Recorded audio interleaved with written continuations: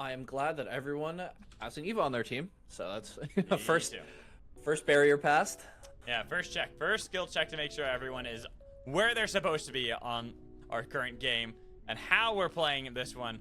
As we were talking about it, all Evas and the Eva points, anytime Eva gets kills, is going to count for 3 points. Not just 1, not 2, but 3 whole big pointers. As now we see over down in the Cold Fang Keep, it is PSA and I believe Mev, which is our only EU representative. Unfortunately, I wasn't able to get the EU tournament to get online. We got so close to hitting that, and I appreciate everyone out there, Luca, Tom Kick, for all they did to try to make that happen. But I think we hit 9, and that was just not enough, unfortunately. Yep, and it looks like most teams landed apart except for TLD and IRS, who want to contest perhaps over this Cold Fang drop, although it looks like IRS are deciding to play up. Yeah, they're just like not really worth it yet. They want to try to get some of those levels, get them some far, but kind of looking where everyone has gone so far. It's kind of typical what we've seen through a lot of our scrims, even looking towards how a lot of our tournaments are already playing out. EGL of yesterday, with a lot of European teams kind of playing more for the mid game. And then even last week when we had a little bit more of our tournament style games that we're kind of playing off the cuff, we see much more of this waiting to get to level 6 and then looking for the fights. Yep, and yeah, there's sometimes in the scrims that I've seen that people like to hot drop on each other, but with TC coins on the line, it looks like everyone's willing to be a little more conservative. Exactly, and I think that's the difference. There's no resurgence. I already turned that one off. Don't have to worry about that one. I almost missed it because it's such a tiny little checkbox, but having that turned off, so all fights are going to be punishing for our teams, and especially when you look at how you have to play out a lot of this. You have to make sure you're playing as confidently as possible early, while we see that Mev, they are struggling a little bit to find themselves some good farm. Level 4, as they do chase down some of 10 who've already hit 6, but with the last door right behind them, I don't think they really want to go for that. They're going to let the last door take care of Jang, who's been spotted out as he was right over the Abyssal Fang. DNN is not in time. They're getting a lot of damage onto it. It's a fight over Abyssal. Dylan waiting for the flank to see what they can get. There's a fight on the other side of the wall, but now it's going to be the dive coming in from Dylan, but he has to go for a spin dash away. In a lot of danger, these orbs of Argus and the snowballs, but the flame shield's starting to burn them down. The heals are helping out. They've got the stuns, they've got the pressure, as it is going to be the last door taking down 10 first. Yep, and they let Lemur get the last hit, so 6 points so far, or 7 points from kills for TLD. Yeah, exactly. You'll love to have that for TLD, starting off real strong, but this is that other fight you're talking about, Tsunani. You're hovering over Moonlit Battlegrounds, and for fun. For fun getting chased away, they see gold on Height and Pine. They want nothing to do with that, so they decide to get far away, get onto the tracks, and might even see if they can ride one of those bullet trains to safety. No, and then also last fight, I thought it was really unfortunate for Jang that he got caught by that very last snowball in the avalanche. I don't know if he would have gotten out because early game myth dash CD is pretty long. Right. But dying to being a snowman is definitely the worst way I could have gone.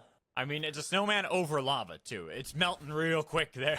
It would be almost funnier if they had, like, elemental damage like in Pokemon or something, where the fire melts the ice that much quicker. Oh, Cat? Spadestorms does. Yeah. A little bit too far out and was trying to maybe steal away, because I do know that there was that Abyssal down south that FF had found themselves getting. So they were able to find one spike, but at the heart, an easy red for Lots to bring back Spade. Yep. Actually, FF is a team that I helped introduce to each other just a little bit. Oh, nice. Saucy Hack was looking for a team, and Maddie was interested too. So I slipped in the info, and they actually did pretty well in scrims yesterday as TLG. Oh, looks like Lemur just got caught. Yeah, all the way going on. All the way over there by himself. Kind of was hanging out in the Molten Fortress. Wasn't expecting any other team because they had already beaten Team 10 out in the Molten Fortress. But then Mev, they're able to show that mental and show up. And now, speaking of mental, what a knock from range to find the snipe. Absolutely destroys Mommy or Dommy. And Dommy, they have been. It is Moonlit Battlegrounds eliminating a squad. Oh, they just got clean swept. Pine hitting all the charged Sunfires in the world. I mean, leave it to Pine, right? To be really good at something that requires skill shots. We already know how good his Shrike has been many a time. Seeing that here with Saros as well. Looking really clean for Moonlit Battlegrounds. I'd say them and the last door in a fairly strong position for themselves with those first team wipes. You can see the Eva sustain coming a little online here as IRS won a piece of the Soul Stealer. Yeah, it was. It was stolen away. They actually got that last tick of damage with the Arcane Railgun, so cannot be picked up by GCR. They bail off of it, giving up such a critical item to IRS is going to be really rough for them. Down one member, goes 1v1 below as Emotions dips. French to boy kind of on their own now. Pokeball had been sent out. They were looking for the beckon, the call on the Ranch to boy, who uses every bit of terrain to their advantage, but only death is going to befall you. Tethered and looking for Lemur, another kill that they're going to be able to confirm. Yep, and while get res, they do sacrifice a lot of tempo. And that's another point. Yeah, that's what I'm saying. That's 3 kills already for Lemur. 9 points for TLD out of the gates. Gotta be really rough for a lot of these teams. They're not able to get their Evas to be the power points for each of their squads. Wonder if, well, I think most Evas nowadays build damage anyway. Yeah, you usually really, do. No incentive to build hybrid, but Like, you can it would be funny still, if that was the case. you can still, but it's better to just go for the damage. The Orbs of Argus actually do a lot of damage, especially in the middle of a fight, so long as they don't get burst down right away. Hudson's always mean to see it on the other side, which I'm surprised we don't see any Hudsons in this one. Something that actually could counter Eva pretty well. There was one Hudson, but he died. Yeah, but that's what I'm saying. It's only one of all the squads. I know more people can play it. Yep, like, well, off the top of my head, I know Herd has a bit of affinity for it. They actually played the Eva Hudson comp. Yeah, it's good. It is 2 good. days ago. That'd be a good one to run too. Eva Hudson, really powerful. Just make sure to defend the back so that Hudson's not taking that extra damage, and you're gonna heal him up forever. Yep. Looks like MEV finally were able to get some resources after that pretty rough early game. And speaking of teams who are having a little bit rough in the early game, we are seeing our teams now really catching up with everyone else. All level 9s, not really seeing any advantage. Moonlit Battlegrounds able to disengage. A nice beckon from Toilet to get away, but has to heal up. With no Orms, that means you're going to have to eat your own potions just to survive. Moonlit Battlegrounds, the double gold as they chase down GCR. Not able to find anyone just yet. We see another fight on the other side. The last door trying to chase down Cat, and they've already gotten Spade separated from the rest of the team. Lodge has to go north as the only survivor for Cat. Might be able to do so with the help of those rings, but it's still nighttime. You're in danger of getting caught out alone until you can wait those couple more seconds now that it's daytime. And it looks like Lodge should be getting off that Cobra res. Oh. PSA, they actually had Pomu a little bit split off. Phenom, too, chasing down that kill, accidentally ran into For Fun, who are going to reap all the benefits of that fight. They will collect all the gold while we go back into town. Revive denied to Lodge, trying to swap him in, getting him into the core, and we see that Tornado is barely blocked, was almost taken into the whole core again. I don't know how Lemur died, but he died off screen to... I'm not What quite did he die to? I'm not quite He sure. died to World. Yeah. Huh. Not quite sure either, but we are going to have TLD attempt to revive at town. Should be able to do so unless there's a blast of damage. There's also Beckon that can push him in. Abador's been on it this whole time. We saw Ranch getting taken down by the train. Really quick one. Barely were able to catch that. As now, there you go. TLD are back on their feet. Ooh, but let's go south. Yeah, it looks like he tried nading. I see. I thought there was going to be a fight here, though. For Fun and the Game Center. Both of them kind of had to stare down at both the Meteor Soul that's right above them, that Fortress, as well as the Harp. But neither of them really want to go for the full aggressive style. And then we see on the other side, PSA, I think they only have Eva left. Oh, no. Afios does have teammates, but where are the teammates? Looks like they were pretty deep in the storm. Storm chasers over here. Barely able to get back in time, so at least they'll be fine. But this fight, it's been waiting for some time to actually commence. They got Jet Ski on the other side, and now they're sending out the Pokeball as they're trying to see if they can get any damage, but with one rooted in by the Cinder's Embrace, it's finally broken. Napalm a little bit too late on the Skedaddle, trying to get the blast back. There's only a bit of damage on each side, nothing to really stick. They're all going to be able to heal up. They can try once more as they are all trying to aim at one another while simultaneously getting the Meteor Beast. But Zen is not making it too easy. Instead of going for it, has peeled off to scare away the rest of Game Center. And it looks like that fight. Yeah, I think there's another fight. I think there's another fight up north that's possibly breaking out. Sorry, it's southeast, southwest. There we go. Oh, still, now they're looking under Herd. Sending out the Cinder's Embrace again. It was able to get the Sun, and that was onto Oath, but he puts up the shield. He is A-OK. Orbs of Argus on each side. Should he be able to heal up every member in this fight? Nobody too threatened just yet. They constantly are having this ebb and flow where it seems like initially they're going to be able to find something, but then they decide not to go for it. Instead, peeling back slowly but surely. And now, Game Center finally giving up. They no longer care about that Fortress Soul. They are going to let that go into the hands of FF. Yeah, and I'm sure they wanted to take it out first, thinking, oh, we could play around the Oath Eva sustain, and then they realized they also have an Eva. Kind of hard to play the long game, as MB looked like take advantage of the lack of armors here for GCR. They have been battered pretty bad from the earlier fights, and now they're getting chased down by Moonlit Battlegrounds, but they had the rings to help them out and get towards Magebog. Moonlit Battlegrounds, not a team that's willing to just let things go. They want to chase that down, but we got to go north because Cat, who've been struggling to get back on their feet, they've got 9 lives this game, but it's starting to get cut short because they are down to 1 player again. Only Spade was able to get away. Looks like Lods got baited by the by the little gap there in the trunker. Now this is a risky respawn onto the beacon. Bullet Train respawn, they're going for it. It might actually work out for Cat, but they have to get back into the storm while we go to Skedaddle. And the hunt from Height and Co. as they look to hunt him down, but it's actually for fun. They cut off the retreat for Skedaddle, and they get the kill confirmed for Maddie. 3 wonderful points for FF. Yep, and it looks like Spades was able to get the res, but the other 2 members of Cat died to Storm, leaving Spades at 1 HP. Finished off by Maddie.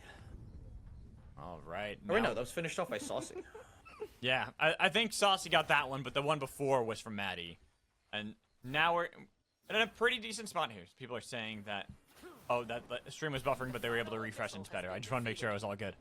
But if it's buffering, just give it a little bit of a refresh. Should help out. We got to check out how this fight is going, as we have all our teams kind of lining up one another. And one thing that Eva is really good at is controlling space. So now that players are trying to fight over real estate, they're going to have to deal with all these orbs everywhere. Even deal with the beacons that can catch people out of position. The last door are chasing down. They're on top of PSA. A lot of napalm has been summoned, but nobody's burning from it. Instead, it's the red fire and the pull back, looking for the kill onto Abador. But Jetski shows up out of nowhere. Cinder's Embrace gets the Sun onto 1. Might be able to get Aphios, but Aphios was able to get back with the rest of the team, while Game Center could not say the same. Jetski alone pulled back in. PSA eliminate the Game Center. And looks like that engage for GCR was a little too uncoordinated, unable to layer all their ultis. And stronger team just gets a stat check as a hook connects into a dunk. And hello there from D&D with a nice spike. Star Flash spike down as well as we go all the way over, push back into the storm. IRS now find themselves on the bench. Yep. Just a little thing. I think while you're falling into the abyss right after you get dunked, I think there's like a brief second that a teammate can auto hit the orb as they're falling and then get the kill credit. I wonder if any Evos will try that. I've noticed before, like when I get a dunk or when I spike somebody, they the kill credit goes to somebody else because they were like mid auto. Here you go, another Sinner's Embrace. Beckon tries to pull back the team, but Mev in a bad spot trying to fight their way against Erm. They are going to be able to get the knock onto Emotions, but it was traded 1-for-1. They're looking for the heal back up and looking for the stop at the same time. Branch Savoy now going to be surrounded. Mudang wearing the crown, but D&D putting too much pressure onto both teams. Well, we see that for fun, they've rotated for their own fun in this game. They want to chase down the crown and take that out, but not going to be able to find the snipe damage on it to Brall. Instead, it's going to be how they can get out of this one. Nice to a tunnel from Erm to go north, back up the Mev. Yeah, and then off-screen, MB killed PSA, I think. Yeah, so yet another kill for MB, as it looks like Dan Bridges has moved the box. Able to get some extra loot, extra powers. Oh, an MB fight TLD over here. Looks like TLD on the back foot. Losing Eva, that's going to be bad for them. And the bungee shot to pull back in Phenom so they can slice down the Fox and leave only Abador alive. Just a ghost against the world. Well, for fun, did take down the crown of Ranch the Boy. Train denies enough time while we did see Ranch the Boy go right past Abador. With respawn beacons on both sides, teams could utilize this. It's going to get messy as they try to find their way into this one. It's first Moonlit Battlegrounds finding Erm and eliminating another team as we are down to 5. And Abador was able to get the reposition barely inside zone with that bush. Like literally the edge of it. As we see, for fun, another one of our teams that are down to only one player. Had quite a number of these teams at the edge of elimination, but somehow are able to survive. Neither of them Eva too, which is a bit unfortunate for the Happily Eva After event, but still, it'll be fun to see if either of these teams are going to be able to find a crown and get back into the game. Yeah, I think that is just maybe an inevitability of being one of the lowest mobility champs in the game. I wouldn't say one of. I would say the yeah, that's fair. Most immobile hunter in the game. Having played her a decent time to kind of get used to her and prepared for this event, I will say she's very easy to punish. But right now, a nice Beckon was able to interrupt the pull, pulled them back in, and almost was able to take down a Kingpin. That's tech I didn't actually know you could do. That's what this tourney's for, trying to find all the Eva tech. And here I will say, OC15 had a good call out. Mev, mental evaluation right here, are our only European representatives here, and they are in the top 3. Aiden, Luca, and Dan Bridges.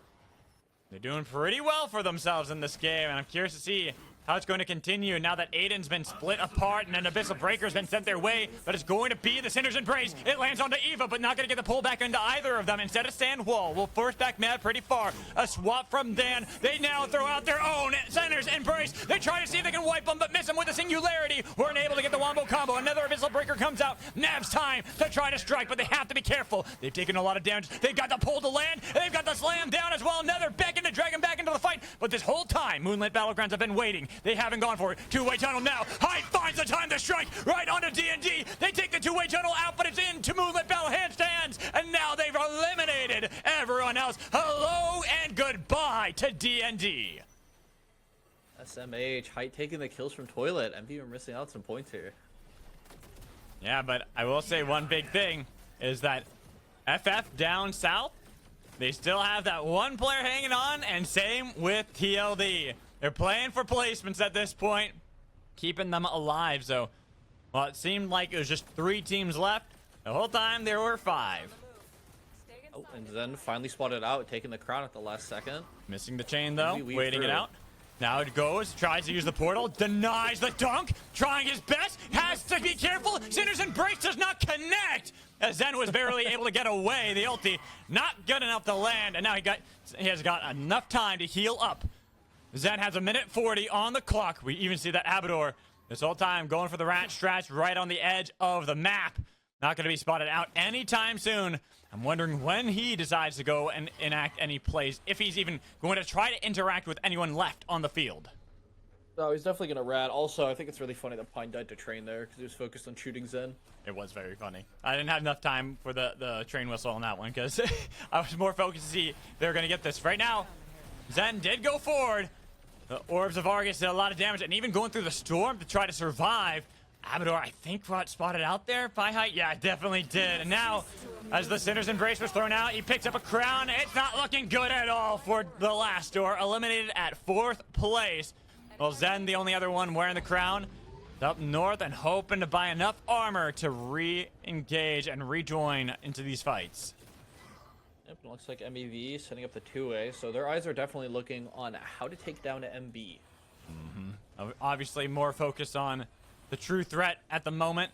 Even if there's a 30-second window that they could punish Zen before having to deal with the rest of For Fun, that's also something that, are you willing to go and fight Zen when he has the crown and playing Brall? There's one good spike, and that's all it takes to bring back the rest of FFN. It seems that Mev are deciding to make the call. They're chasing it down Zen. He's got that delicate disguise. He doesn't want to go into the storm. Now that he's been spotted out, pushed back, he's over the abyss.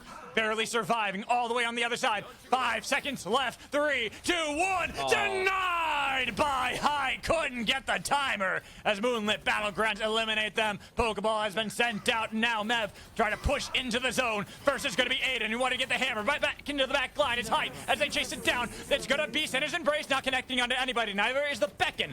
Reset on the fight. Mev didn't find anything. Neither did Moonlit Battlegrounds, but they got to be so cautious because that's the bullet train showing up every single time. And now with the dash and Aiden looking for the window. Beckon to try to pull him in one more time, and they miss again. Not able to get the pulls they need to. Looking for the dunk, but he was able to mantle back up. Oath is not out of this one yet, but he's got a broken shield and broken Eva on the other side. Now alone over the abyss. Sniped down as he tried to see if he can swap away for Dan, but Pine's got him pinned. Aiden is pushed back again once more, and that's going to be the Sinner's Embrace with the help of the train to pick up the kill on Aiden, leaving only Dan Bridges. And Void trying his longest to stall, and MB seeing... Just don't know what Dan could do here. He's got to land a perfect singularity, missing it too. That was his one window, the one opportunity to pick up the game with a bungee shot connecting him, drags him towards the rings. I don't see a crown, I don't see nothing. There are base camps, but there's a better snipe from Pine to take game 1. Pine is setting, Toilet, you've had enough time to try for a kill. I got it from here. Pretty much. They pretty much were just waiting, seeing if they can get that kill over. Didn't end up working out where they could get that kill, the Toilet, but Toilet got 3 of them. That's a nice 9 points for the team. Yep, 20 points from kills for MB, so they are very solidly in first place after game 1. Alrighty, while we get the next game ready, I'm going to try to see how fast I can start putting these points in. Where did my thingy go? Alrighty. So game 1, pretty good look there from Moonlit Battlegrounds as usual. Not too surprising to see them be at the top already, but I will say, looking really strong with how they were able to play with the Eva, too. It's not like they weren't trying to get the kills for Toilet. They weren't trying to help him out. They were just making sure they also won at the same time, which is the way I think you have to play some of these games, especially in something like, even if it's the For Fun event like this, you still want to make sure that you're winning, because that's where you really are going to get the points. Also, shout out to the EU team for managing to get second, even with the ping diff. Looking like Void is not as all the Doom posts say. Void seems pretty decent in trios. I think so as well. And I actually think this is something I had been theorizing, is that Eva Void comps are pretty scary. Because if you have it, like, in combo, you can have it where you avoid ult someone, or vice versa. You can use the Eva ult first, and then use the other one's ult to keep them pinned or drag them into the walls for an even further stun, so that they're guaranteed to get hit by it, and they're going to have no way to, like, escape afterwards if they survive.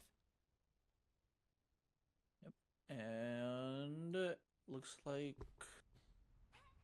not many teams have changed up their drafts, I guess, you know, with an automatic 1 Eva on your team, not as much room for flexibility. No. I was about to say, there's very little you're going to be able to accomplish here when you don't have the most flexibility on how you want to go for things. You have to keep Eva in there some way, so you got that healer. And looking at this drop, we see that it's a train drop. So our gold armor is all on the train. How many try to go for the heist? We got 2 so far. Oh, maybe Light Green also looking for it. So it's 10 and the last door. These 2 teams met very early in the last game, and 10 got eliminated by the last door. So 10, they fold their hand there. They decide not to go with it, but there is a potential fight. Actually, a lot of teams right here drop on top of each other. D&D and Moonlit Battlegrounds were right contending for some early farm. Then you go a further bit north, you see that Mev were in the heart farming up as well. And then even further north than that, Dami or Mommy, they had been able to get the northern part of the heart. So a lot of our teams going right around the middle of the map so they can start venturing into other reaches of the breach. Yep, and now TLD scrambling off the train are finding out that every other team has landed near them. Yeah, it's kind of funny, actually. They got gold armor for Phenom. They were able to pull off the heist. They got the train loot. But now do they get out of there? The guards have been sounded. They know where they are, but instead they're fighting with one another, taking down Jetski first, and then looking for Skedaddle, who's been pushed into the wall and struggling to get away. Beckon him back into the fight and get down to one player for the game center with one more tick of damage from Tether. Yep, and it looks like that time they finally gifted the kill to Toilet, and with that, Phenom is very happy that that happened because he gets away consequence-free. Pretty much was going to be the one heavily punished there until they started scrapping with one another.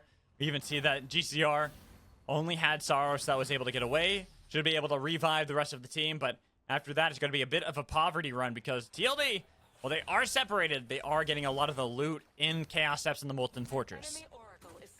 Alright, and Jang trying to get a recall off, escape from which he gets off successfully. Now back with this team in Underrun. As we kind of look where everyone has fanned out towards, everyone now spreading apart. Just 10 and FF nearby one another. 10 having gotten eliminated very early in the last game. Definitely wouldn't want to have that happen twice in a row. Even in a for fun event, want to be able to show off your skills, but right now they are struggling to contain control of Underrun. It is being contested, and we see on the other side that Dami or Mommies was right behind them. It just Spooply, who doesn't actually get the feather over the wall and then gets a tether to the face from Emotions. Unlucky. That is a feather check right there, unfortunately. Kudos on them for knowing it. I'm not the best at that one either. That one's a very difficult one. I mess it up like 70% of the time. Oh, with one kill in the Eva, now looking for 3 more. Looking for any that you can get. It's going to be really nice, but they did lose out on the Vault. Vault goes over to 10, and now they come out with some green armors for Dylan, and even landed the chains to try to chase down Ranch to Boy on the other side, but Emotions was able to put that in the orb and then get rid of the shield. TNN having to dive back as well. Needs to keep the tank healthy if they want to continue the fight. I think that's why realized it's not really their battle. They don't have anything to fight over there, so they decide to instead go for more farms up north. Now, maybe finding MB. MB and Mev are first and second place team from the first game. Gotta give, you already gave a lot of props over to Mev, and I gotta give even more. Coming in from EU. I know Luca was really hyped about this event, and I felt bad that the EU portion of it just wasn't able to work. That's partly on my fault and how late I was trying to plan this out, and also not having an open enough schedule where I could do this next week or the week after that, or even the week after that.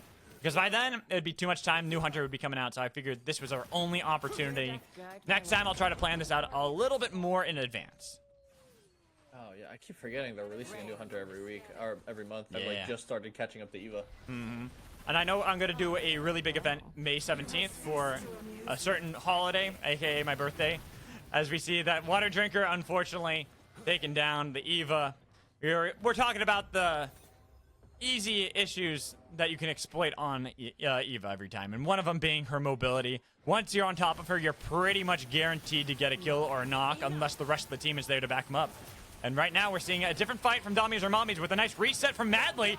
Goes up for the Eye of the Storm, summoning some napalm to deny the re-engage and the static electricity that had been built up, but now Ponyboy healed up forever. There's going to be Beckon to separate the two on the IRS with the change on the MadMagical. MadMagical so close to the edge, same with Ghost Malone, who was able to get away, but they're trying to see if they can revive their Eva. Couldn't get in time, so now they have to bail. 2 against 3. Ponyboy hot on the heels of MadMagical, while Ghost Malone was able to book a ticket to the train. Doesn't actually decide to keep boarded, instead hoping that that's enough to juke, but it was. wasn't. They knew exactly where you were. Your spike grenade was able to get the stun, but then a new team showing up. 10 taking him down. Madly down to no health, trying to heal back up with the Spooply, but Spooply now has to get away, using Beacon just to get the distance away, but unfortunately for Eva, we talked about it before, cannot escape, and now it's Mommies and Domleys who are eliminated first. Yep, and on the other side of the map, GCR getting completely routed by Cats. Skedaddle last, gonna try his best to pod race out, but another pod racer right behind him, along with Jin, so this will be a race. Skedaddle, can you get out of this one, or even find one of those random knocks that we've seen Oaths do before with his hammer? Just toss it out to someone who's unsuspecting. Doesn't seem the case. Completely pincered on all sides. Might be able to get to land for now. We see how far this chase is going to go, and it's not really hurting Cat all that much. It's not like they have much that they need to get for themselves. We're trying to see how far away they can go and how long it's going to take us. This whole time, we see that D&D were able to eliminate at the same time, and now Skedaddle into the Cold Fang Keep. Just a wild journey. Now you'll pay. And the kite is going pretty well as Lods gets chunked, and we are seeing those alleged Jin mana nerfs. Oh, but will he get dunked? Oh, and unfortunately there is a wall in the way. Yeah, and there it is. With the broken shield. The inevitable that you delayed there, Skedaddle. It gets you at least one team that fell before you, but I don't know. It was unfortunate there for Skedaddle on how the earlier play had gone. Oh, if Mev here, D&D trying to walk through the storm on 1 HP, this could be very bad for them. I know. Ooh, are they gonna get in? I don't know. Ooh, they got in. Ooh. If Dan Bridges was paying attention, could have been a quick little triple kill. Just wasn't looking behind them, I don't think. Was kind of focused on other reaches of the breach, as we see how our teams are. 9 teams still remain. 3 of them have been eliminated fairly early on. I'm looking at our soul potentials. Gonna have a damaged soul and a fortress soul. So interesting things to fight over. TLD actually are positioning themselves to take the fortress soul, and where our circle has taken us is gonna be really interesting. Keep in mind, this is cross-country storm, so you can have all these walls that you build up, but you're eventually going to have to move from your castle to castle, never having any safety. You'll never be living in the same home for more than like a month. And Starflash unable to find the surprise slam on the height, but this fight has gone a little lost in the element of surprise. Especially with the sandworms, kind of making it even more difficult. MB now put down a jump pad because they still want this fight. Gold armor on the height. They have a lot of power they can bring against PSA. PSA, I think, make the right call. They read the situation. They decide to get out of there. Will it go into the catacombs? And FF send out the Sinner's Embrace. They were able to get the stun, and they actually take down Dylan because of it. Now 10 on the run. Sandwall try to separate. Zen is hot in pursuit right behind them, and they might be able to get another pull, but it's going to look for the stun onto TNN as another Sinner's Embrace has been put down. But by yourself, TNN is just creating a distraction for Jang to get away, knowing that that is truly their own hope. And TN actually able to stall just long enough that looks like there will be absolutely no follow-up attempt on the Jang. Uh-oh, but look at that. Cat. Could be 2 passing ships in the night, but I think they heard the gliders. Did they? Or maybe not. They didn't hear it. They decide not to chase, so Jang will get out of there. There are a couple of respawn beacons up north they can go for, but being in those corrupted areas is going to be difficult to actually find, and we see that PSA, they too have split up. They still are a fully formed team. It's just Starflash who's up there. And Cat got spotted out of their bush. Up against for fun. Trying to get rid of the orbs of Argus that are healing up the back line of FF. While Zen creating distraction. Might even be that they want to send Saucy Hack and Maddie to flank around and then find the play. Jang has been spotted. Starflash knows this respawn beacon is being attempted, but you don't see Starflash. Sneaky Kingpin play, dodging away, but how much time remains? None left on the clock for 10. Lean slam, even if the hook went wide.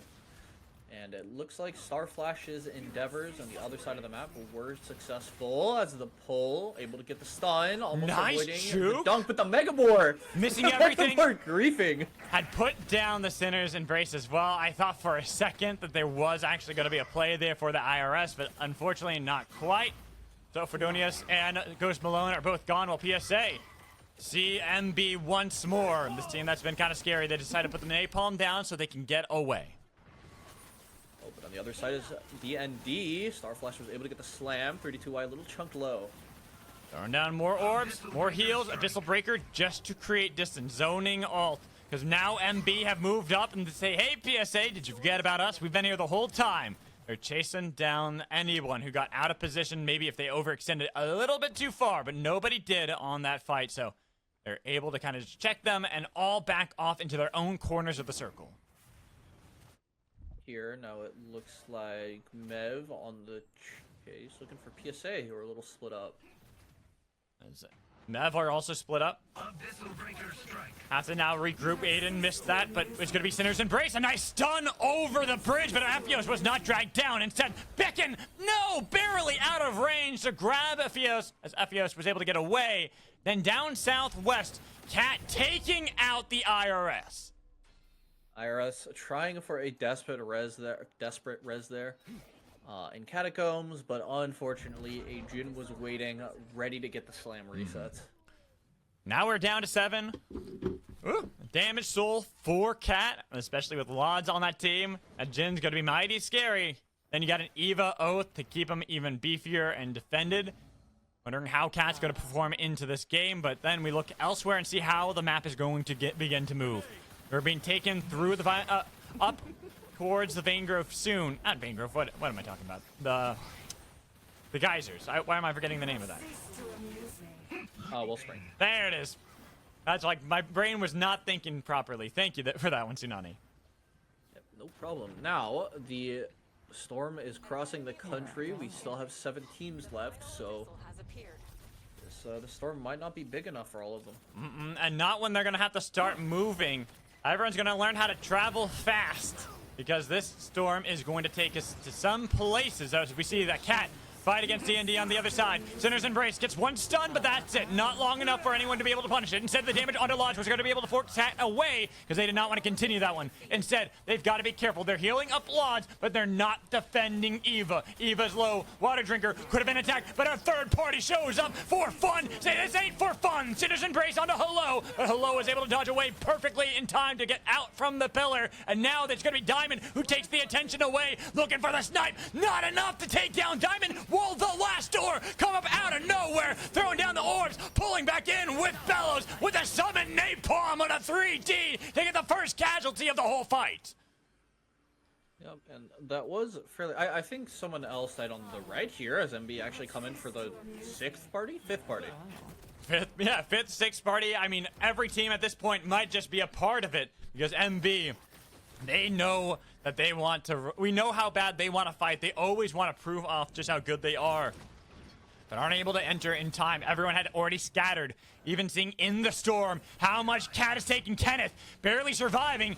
Did the last door see him? Did they notice? But it's going to be the fight on Phenom instead, with the flight of the Firefox doing a lot of damage and taking down the first casualty. Height is gone. Here's Sinner's Embrace. Goes wide, but another one on the other side, and another one. They're all going everywhere, trying to take down the pillar before going for the fight, so no stuns are going to be there. Instead, FF with TLD behind them, chasing D&D behind TLD as well. But nobody's actually going to go for anything further. Instead, they're going to stop for now, wait to see where the next cross-country storm is going to take them, because it is going to take them far away. Well, up in the north, our European representatives might have been able to find the fight against PSA.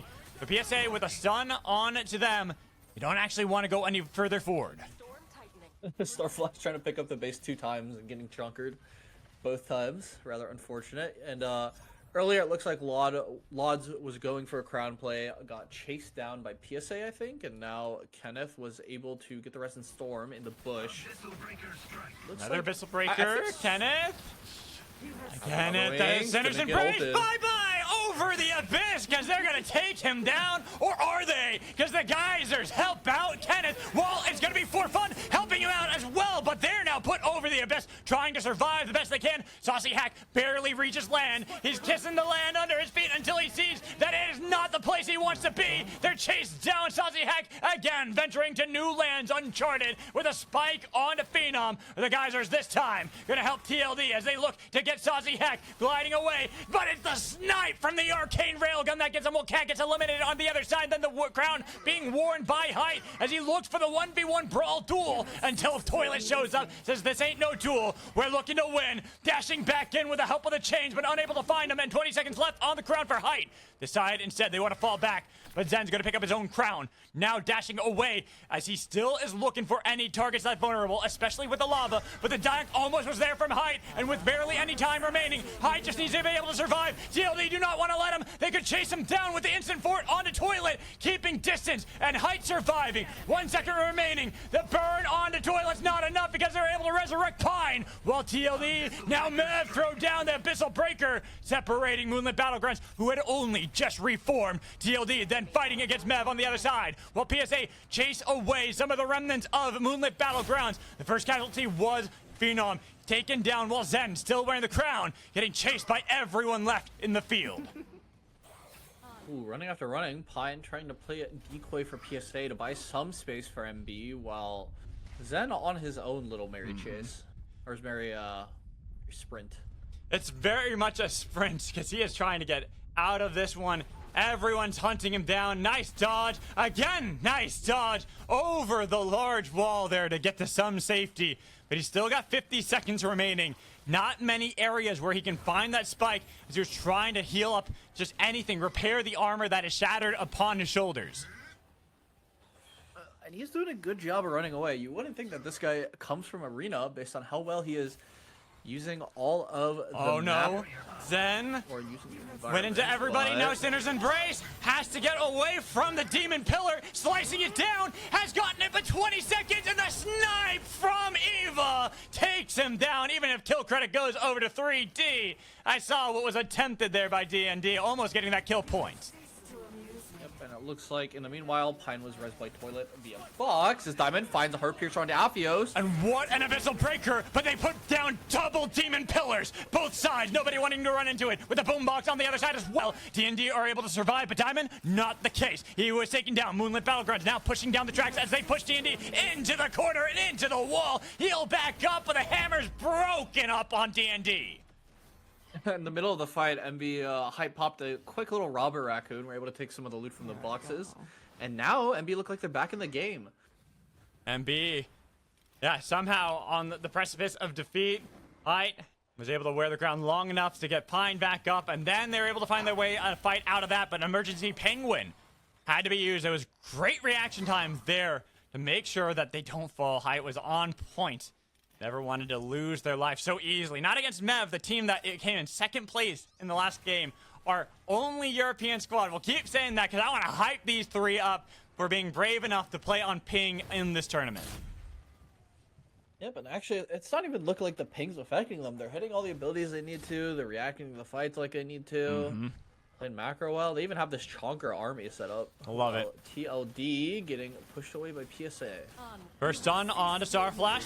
TLD have to get the push back. They weren't able to get the napalm, but with the Sinner's Embrace, it forces so much damage onto Lemur, but they're not going to be able to pick up the kill themselves, as now it's Abador who has to wear the crown. Low health onto PSA and a boombox too to make sure there isn't any stray bullets like they're going to be able to catch the back line, while TLD are getting chased away. PSA hot in pursuit. Nice pull. The stun not there in time. The spike couldn't help you out, Abador. TLD will fall 4th place again. And small funny little detail there. Abador naded onto a Chonker and it pushed forward just a little bit, and it wasn't the reason why the stun connected, but I thought it was funny. I didn't know you could actually nade a Chonker. Neither did I. Neither did I. It's one of those things we're learning a lot. That's why I love casting, because you'll learn a lot of things.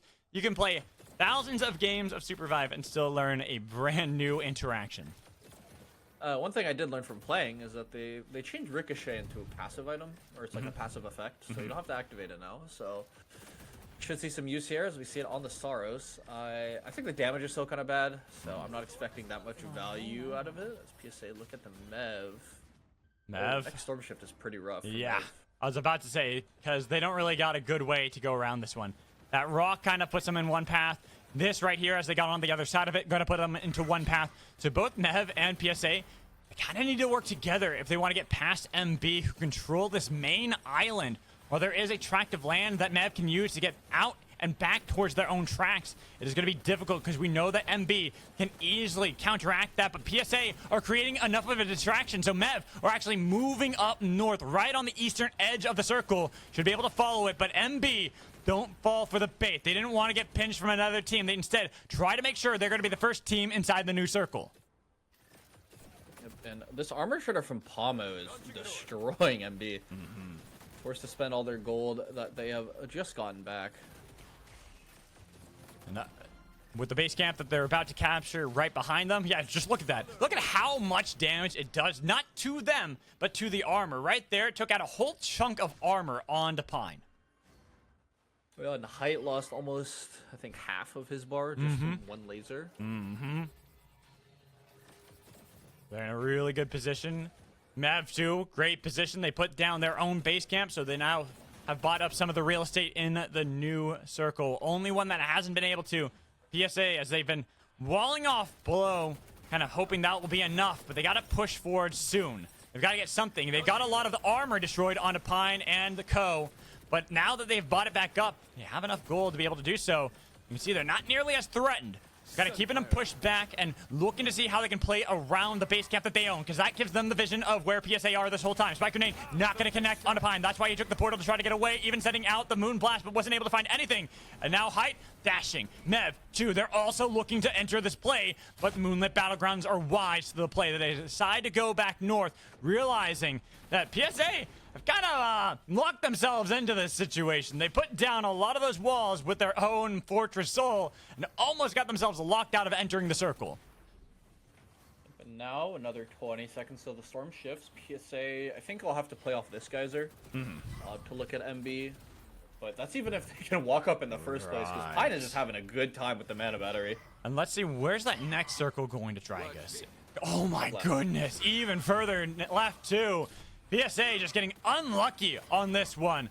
Well, Mev have been able to find themselves a decent track. They got the high ground too. PSA take the opportunity, knowing there's a fight on the other side. They try to go for it, but now Mev's going to be pinched because they're going to be forced into the fight. It's a Sinner's Embrace onto 2, beckon them forward, drag them to hell as they look to take down Mev. PSA, you might have wrought your own doom with a nice knife from the Sinner's Embrace, but Mev barely survived, taken out in the storm by Moonlit Battlegrounds. And with only 2 left on PSA, they now have to fight back tooth or nail. All through it all, find somebody, but they're not getting the damage. They don't have the shields either. It's going to be Toilet that decided to aggress on first.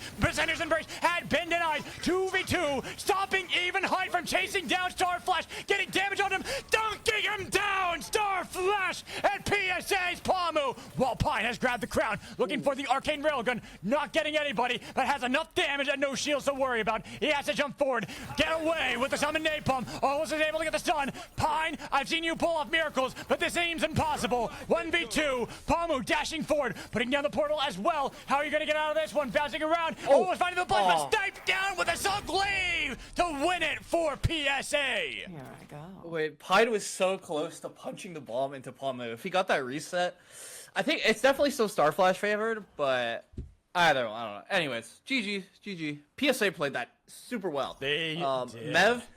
Mev got a little too expeditious there when they were trying to walk around onto this rock. They completely opened up their back without setting any walls, and PSA, with that, were able to pinch Mev. Yeah, I mean, they fished. Yeah, Aiden fished for the engage, of course.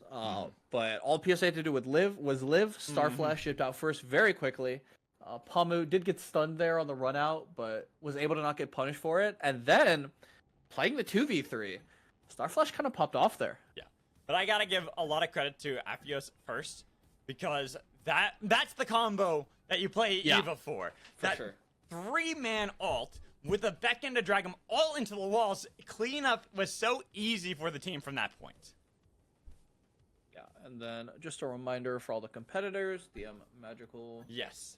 Start DMing me these so I can start putting these in. So I'm gonna have to do this myself. Alright, so yeah, the scores are like half tallied, but we'll save it all for the end so you guys don't have to sit through another 10 minutes as we have 2 teams landing in Academy. 2 teams, Moonlit Battlegrounds and D&D. Have one taking the northern half, the other taking the southern, while up in Dawn Caps, we do see that... Oh, Shards of Fate. No, not Shards of Fate. That's Dawn Caps. Frag. Oh, Frag Isle. I always get Frag Isle, Dawn Caps, and Shards of Fate confused because they're all just frozen. Yeah. Oh, if you want, Nico, we could possibly ask for your help. I will probably wait until after this game, and then I can send you some stuff, so that way we're not interfering with the game quality. But I would definitely appreciate any help with the scores. I am not very good at that stuff. I'm good at the Ellie stuff. I'm not good at anything else. I mean, if you also just want to DM me all those screenshots, I could do it pretty fast. Oh yeah, I could probably, yeah. Let's do the casting first though. Let's get this job first, because right now we do have potential fighting up north as well. I see that Dami or Mommy, they're fighting against GCR, who have taken away Dawn Caps from them because Dom are separated. It's just two of them here. Madly. Oh, it is going to be the recall. So Pointy Boy has rejoined. Now the re-engage was looking for the static electricity that's not built onto Herd. Not going to be able to crash the lightning down, but the team is looking for the hunt down, chase kills. Not finding him just yet. Madly over the best. Spies Skedaddle. 1v2, burning the competition because Eva cannot get away from the Fox. The Fox says it's death for the team as Dom are down to only one, and they are now hunting him down, even if it was traded back by Pony Boy. Now it is your turn. You have to make a heroic play if you wanted to win that one out. Decides not to. Gonna completely bail out of the fight. So Madly got 4 stacks onto Skedaddle, but shifted below the ground. So his dash was burned on the mantle. And then in that fight just now, Ponyboy almost died. Even though he canceled Skedaddle's heat shield with his slam, he got anti-healed from the mob. Yeah. So he almost died because of that, which is crazy. Skedaddle almost had like the least outplay 1v3 I've ever seen. Right, just pretty much the most, to me that's the most Felix 1v3. Right, you're just it's standing funny, there though, burning them. You're like, I'm doing something. He hit his R&B, but his heat shield got canceled. So he killed 2 of them just from LMB. Because Madly also didn't have dash, so he couldn't get across without gliding. So Skedaddle just sat there with LMB and spiked him. True. Which is so funny. These are facts. Oh my god. All right, now looking at how this drop is, while there was some initial action and Dami or Mommy almost getting eliminated fairly early on, they were able to revive back up north, I think outside of Vane Grove, and now they're going to be fine. They should be able to farm that up effectively. I don't think anyone was even near that area, so they'll have decent farm to get them back into the game. Yeah, even looking at their levels, only having Madly at 5, but that's only going to be for a short amount of time. They hit level 6. Oh, their gold is really bad though. Normally, if you clear an entire biome, you can expect around 2,500. Yeah, but hey, 800 is.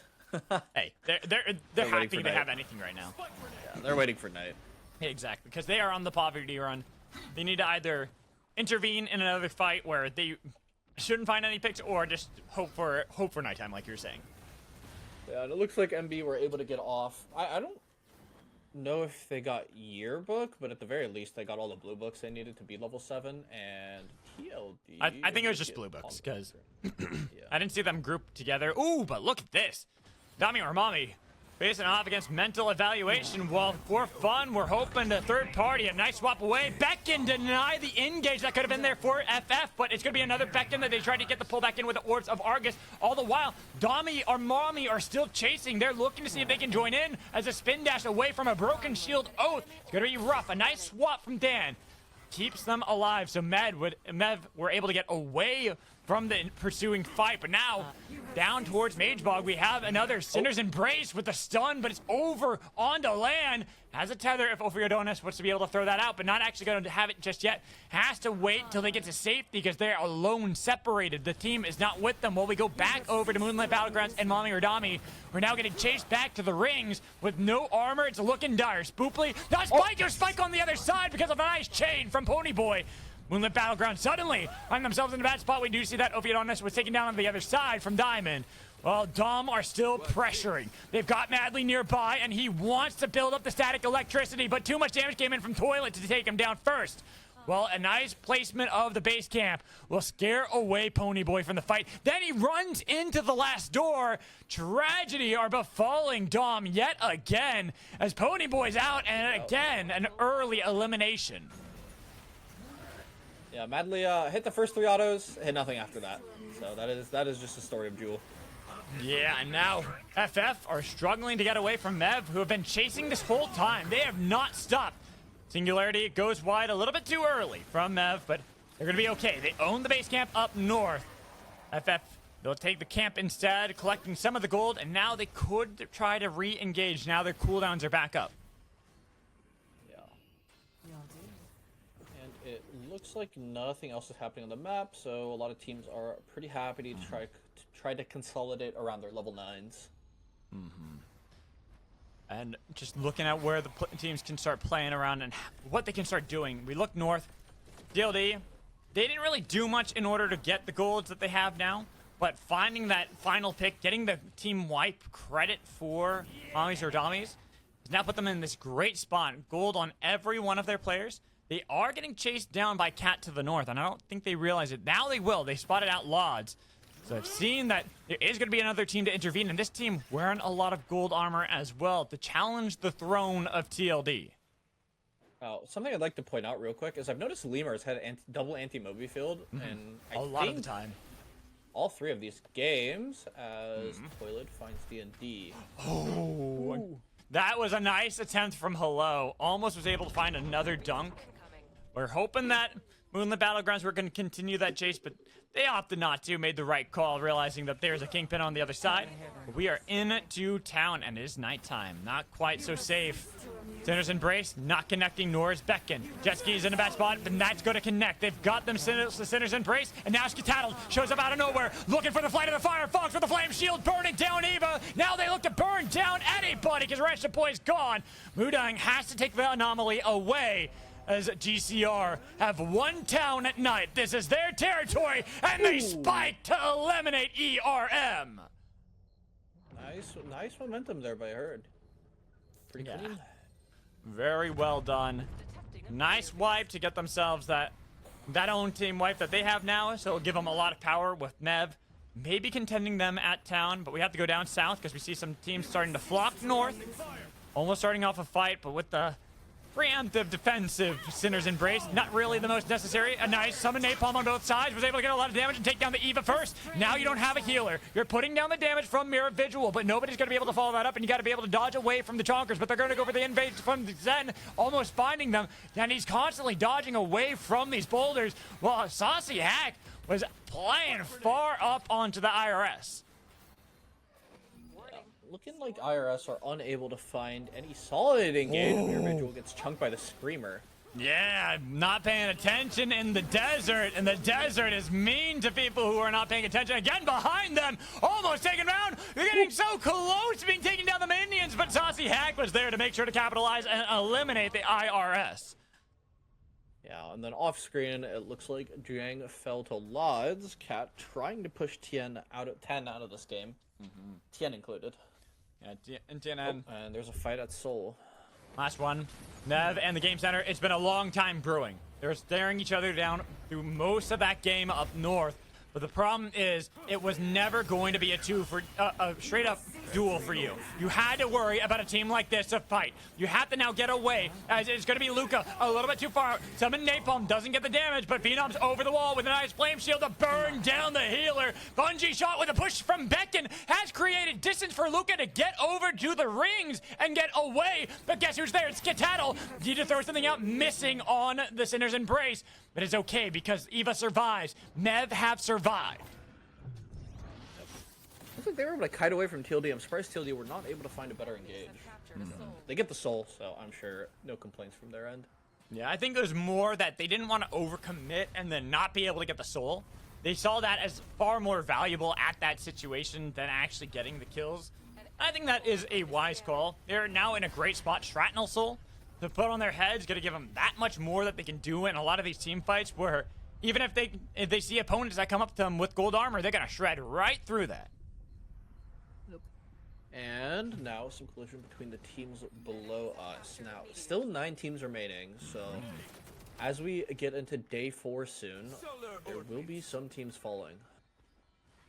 Oh, Pine not seeing hello behind Pine them, getting never dunked. paying attention to what's going on behind them and gets punished for it. Was so focused on trying to land those snipe shots into FF and put him in a bad spot, but D&D, they too were put in a bad spot, forced to heal, because then it was FF who looked to fight them while Moonlit Battlegrounds tried to get to safety. We go up north and CLD taking down the game center once more, leaving only Skedaddle to remain, even though there is an Eva up north. Jetski is far away from any help, while Mev try to fight back and get away from Cat, who had the gold armors onto Kenneth.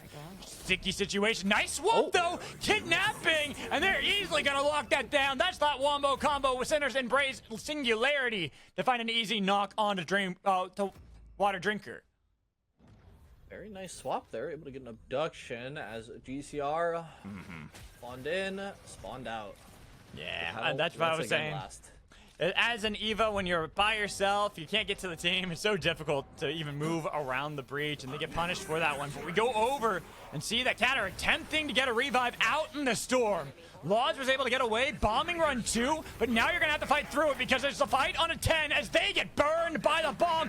Abyssal Breaker stops D&D from pushing up forward. The pull did not bring who it needed to, so Lodge decides to go into the back line. Who was hoping to be able to find Diamond, but Diamond was able to heal up with the Argo's help, but now they're pushed into the storm. It's not looking so pretty with the anti-heal, taking way too much damage. And look down south, another team about to join in. No, it's Lodge who's been going for the long flank this whole time. Sinner's Embrace gets the stun on the members, but nobody was able to follow up with the damage. Instead, it's just Kenneth trying to fight. Another Sinner's Embrace connecting onto Kenneth, but he should be fine for now. Well, a bungee shot gonna drag back in Water Drinker. Abyssal Breaker broken down onto D&D as they are eliminated by Cat.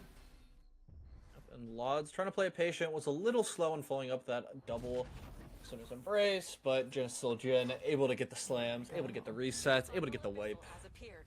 And nicely done from Cat, so they take another win and will keep themselves quite alive as we look at another team that's looking very strong in this third game of the Happily Eva After. But Abador getting caught out like that actually could turn everything around for FF.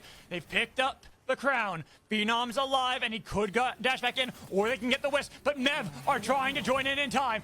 Beckton gets him off of the wisp of Avador, and now it's going to be Mev's turn to look to do battle with FF, but they're just waiting it out because they know there's a crown from Phenom. They don't want to give him an easy angle, even going for the steal onto the wisp so they can get that, but we go to the other fight, and they're going to be VSA who get eliminated. All the while, Moonlit Battlegrounds are staring down Cat and look to see if they can engage. We're almost able to find it, getting the kill onto Water Drinker. Now they have to deal with an oath in the middle of them, and a lot of damage, but Lodge was not prepared for this one. Spin dash away, and a broken shield from Oath tries to survive, but Hyde is still there. Now Lodge going to be able to take out Toilet. Healers are done, but the slime slow down Lodge with Kenneth dealing with Brall, pushing him all the way into the storm. Pine tries to get away with the portals, but he's chased down and eliminated by Kenneth, as only Hyde will be able to remain for MB.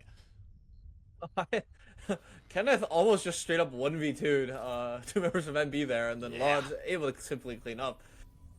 This Oath champ looking real weak, huh? Oh, I know, right? Oath, definitely underpowered, in my opinion. Not just the tank assassin that could do everything in the game. And in the meanwhile, Dylan died to a bombing run? Oh, I think so. I don't think no, that makes no sense. How did he die? What happened, Dylan? I don't know Did either. you see? What happened? Oh, maybe. That makes no sense, because we just saw him move. Anyways, Aiden hits the grapple into the charge LMB. Yeah, I'm so confused. Me too. And there is going to be the respawn beacon up north. Height was hoping that this fight would be the moment of time to strike, but it's going to be the Sinner's Embrace with a spike onto the lava. Height is burning. Mev are moving. Everyone's looking for Height, but he was able to dash away, while Cat now are the team that pounds to chase down Height, but it's slippery. Hard to get to him. Beckton and Sinner's Embrace both going to miss, but they push Height into the wall as he tries to go for and dash away again. Height is surviving, but now that Kenneth is here, it's hard for Height to get so much distance and survive.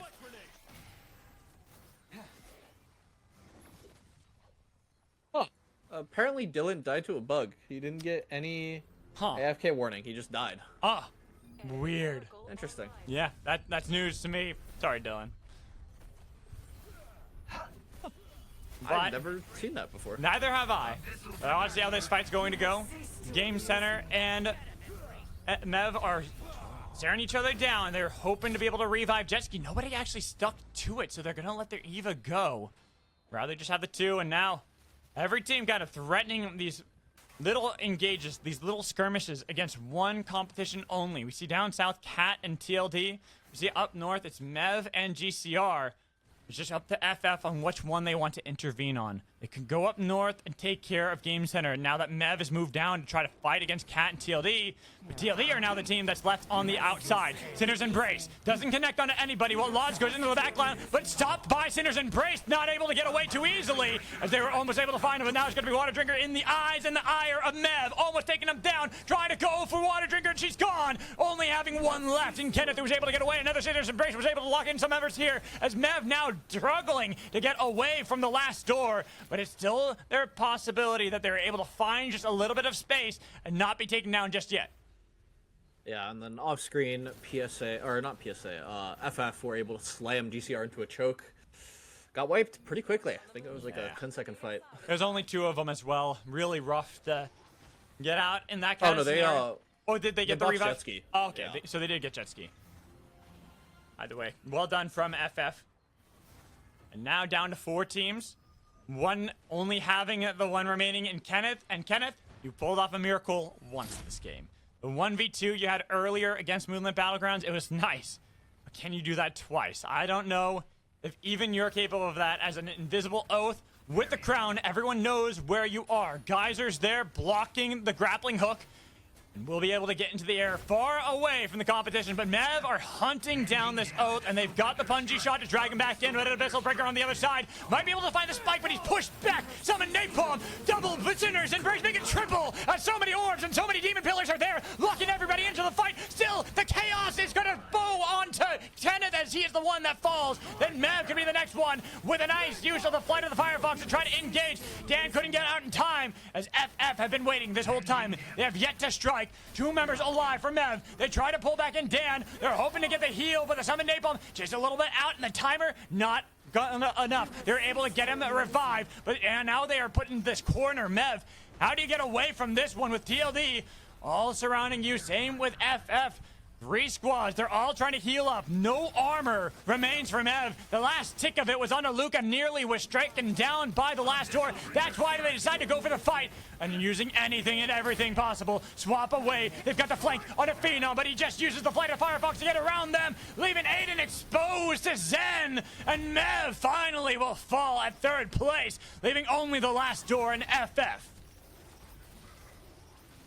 Yeah, Phenom's ulti actually came up, I think, 20 seconds in there. That's just a Trailblazer diff, but it didn't matter to win that fight. TLD just able to not give Mev a single break. Now, final 2 teams left. TLD and FF. Jump pad comes down. Looks like TLD are willing to make a move. They have the anti-mobility fields as well that they can put down, but it's going to be the stun on 2. That started off, and they blast further away than they expected. Beacon was able to be used to get rid of Phenom. And now it's about resetting. Healing back up yet again, waiting for those cooldowns. Nothing really was burned that's too wasteful. They were able to wait it out. Now Phenom again being aggressive. Sinner's Embrace locks down 1, but even with the stun on the Lemur, it's not enough to worry about because they're able to shrug that off. Bombing run might interrupt the fight. It's a 2v2 until out of nowhere Phenom burns the back line. Hover wings to try to get away. Was a 1v2 on the other side. Looking for Saucy Hack's outplay onto Abador and onto Lemur, but Lemur decides to go elsewhere. Tries to beckon him forward and away off of the respawn beacon so they can take out Zen and then look for the 1v1 kill from Abador.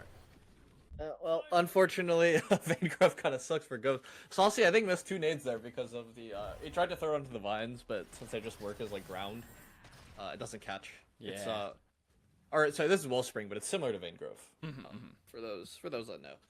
He has to aim for the rocks, which is unlucky. Because you can't mantle up those. You can't really just climb them. But yeah, well done from last door. They went from 2 4th place finishes. This one get 1st place, and they were very active in this game. So I don't know if Lemur was able to get a lot of those kills. Actually, yeah, Lemur got 5. That's 10 points just for your Eva. That's 15. 15 off that. Oh, 15, because it's, times 3. What am I saying? It's my own rules, and I forgot. Yeah, 21 points. That's the most kills I think any team has gotten so far. That is a lot. So here, let me send some stuff over. Okay, so I'm going to try to send stuff to Gina to help out. That's for that one. Where's the other one?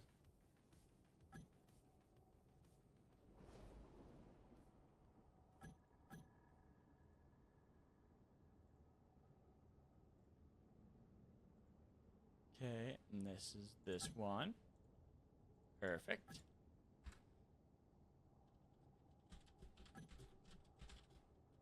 Okay, so I'll probably have players start sending stuff to Gina then. So that way we can... Yeah, that way we can have it done while we're casting, just to make it easier. Thank you, Gina. You're an absolute legend for even offering to help. If it's too much, just let us know so we can take it back over. I don't want to overwhelm you. I was gonna say maybe we'll talk about this. What's up? Okay. What's the next storm? Next storm is Unstable Portals. Unstable Portals, my favorite. I like taking portals. All right. The portals are a lot of fun. Yeah, if players are ready, I'm ready to get right into the next one. Getting into how these games have gone so far, I will say it's been a lot of fun to cast Eva because we don't get too much of an opportunity. I know a lot of players are saying like, oh, they don't want to play it just because she feels really weak, she's really immobile. But it's allowed for us to have some kind of crazy moments we never thought we would really see up until now. Yeah, and I am liking the fact that I think as these games go on, some Eva players are figuring out how to play around the ultis. Some teams are starting to get some really nice combos from it. Also, some Evas still fucking up some of the pulls. I've noticed. Not gonna comment on who, but I've noticed there's some Evas that have yet to hit a pull, but it's fine. You know, it's a-okay. People are learning. That's the whole point of this event too, is for players to learn a new hunter and not be afraid that even if they hear the hunter is weak, they're like, you know what? I still can play it. I can still try, see how I do. And maybe, just maybe, there are some players out there who thought they would never touch Eva and now are playing her and going, you know, I actually kind of vibe with this. Yeah. So I don't know, Tsunade. Do you remember the Beebo Bugatti? I wasn't around for that. So the Beebo Bugatti was a fun one as well, because that one, a lot of players thought Beebo was weak going into that, and then having something where everyone's got to play Beebo, it actually made it so that we were able to see more of the tech that you could do. And yes, there were buffs that came in for Beebo after that made it so that I think he's actually in a solid spot. But there were players more likely to play him even before the buffs, just because they kind of vibed with this kit. They're like, you know, I like this kit. Yes, it's a little weak, but I can get used to it because I know buffs will eventually come in. Yep. And hopefully, that remains the case with Eva after this tourney. Although, with some of the players in here, I'm sure they're on mandatory duty this game. Oh yeah, I mean, I think you have players like Lemur who are just playing it for the whole team, just trying to see how they can learn on it. We've had I always mess it up. Is it Ophionotus? Ophionotus has been that for IRS. Been playing it this entire time.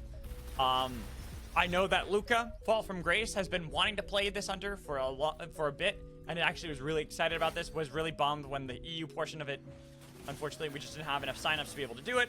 But I was able to squeeze them in for the NA one because they were willing to play on the ping. And they're doing pretty damn good, not gonna lie. Yeah, and it looks like in the meanwhile, while we're yapping, Spooply? D&D. Spooply? Oh! Couldn't get it. Diamond, I was hoping that you'd just let Spooply have the play. Just let them have their moment. They were gonna die no matter what.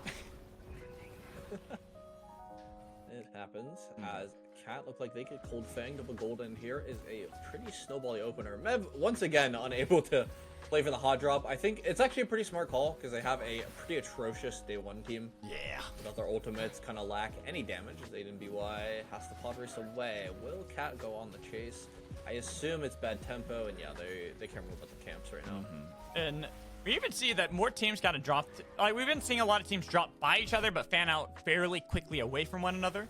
We see here TLD and they have stuck near one another. They are okay with sharing some of this gold at the grind.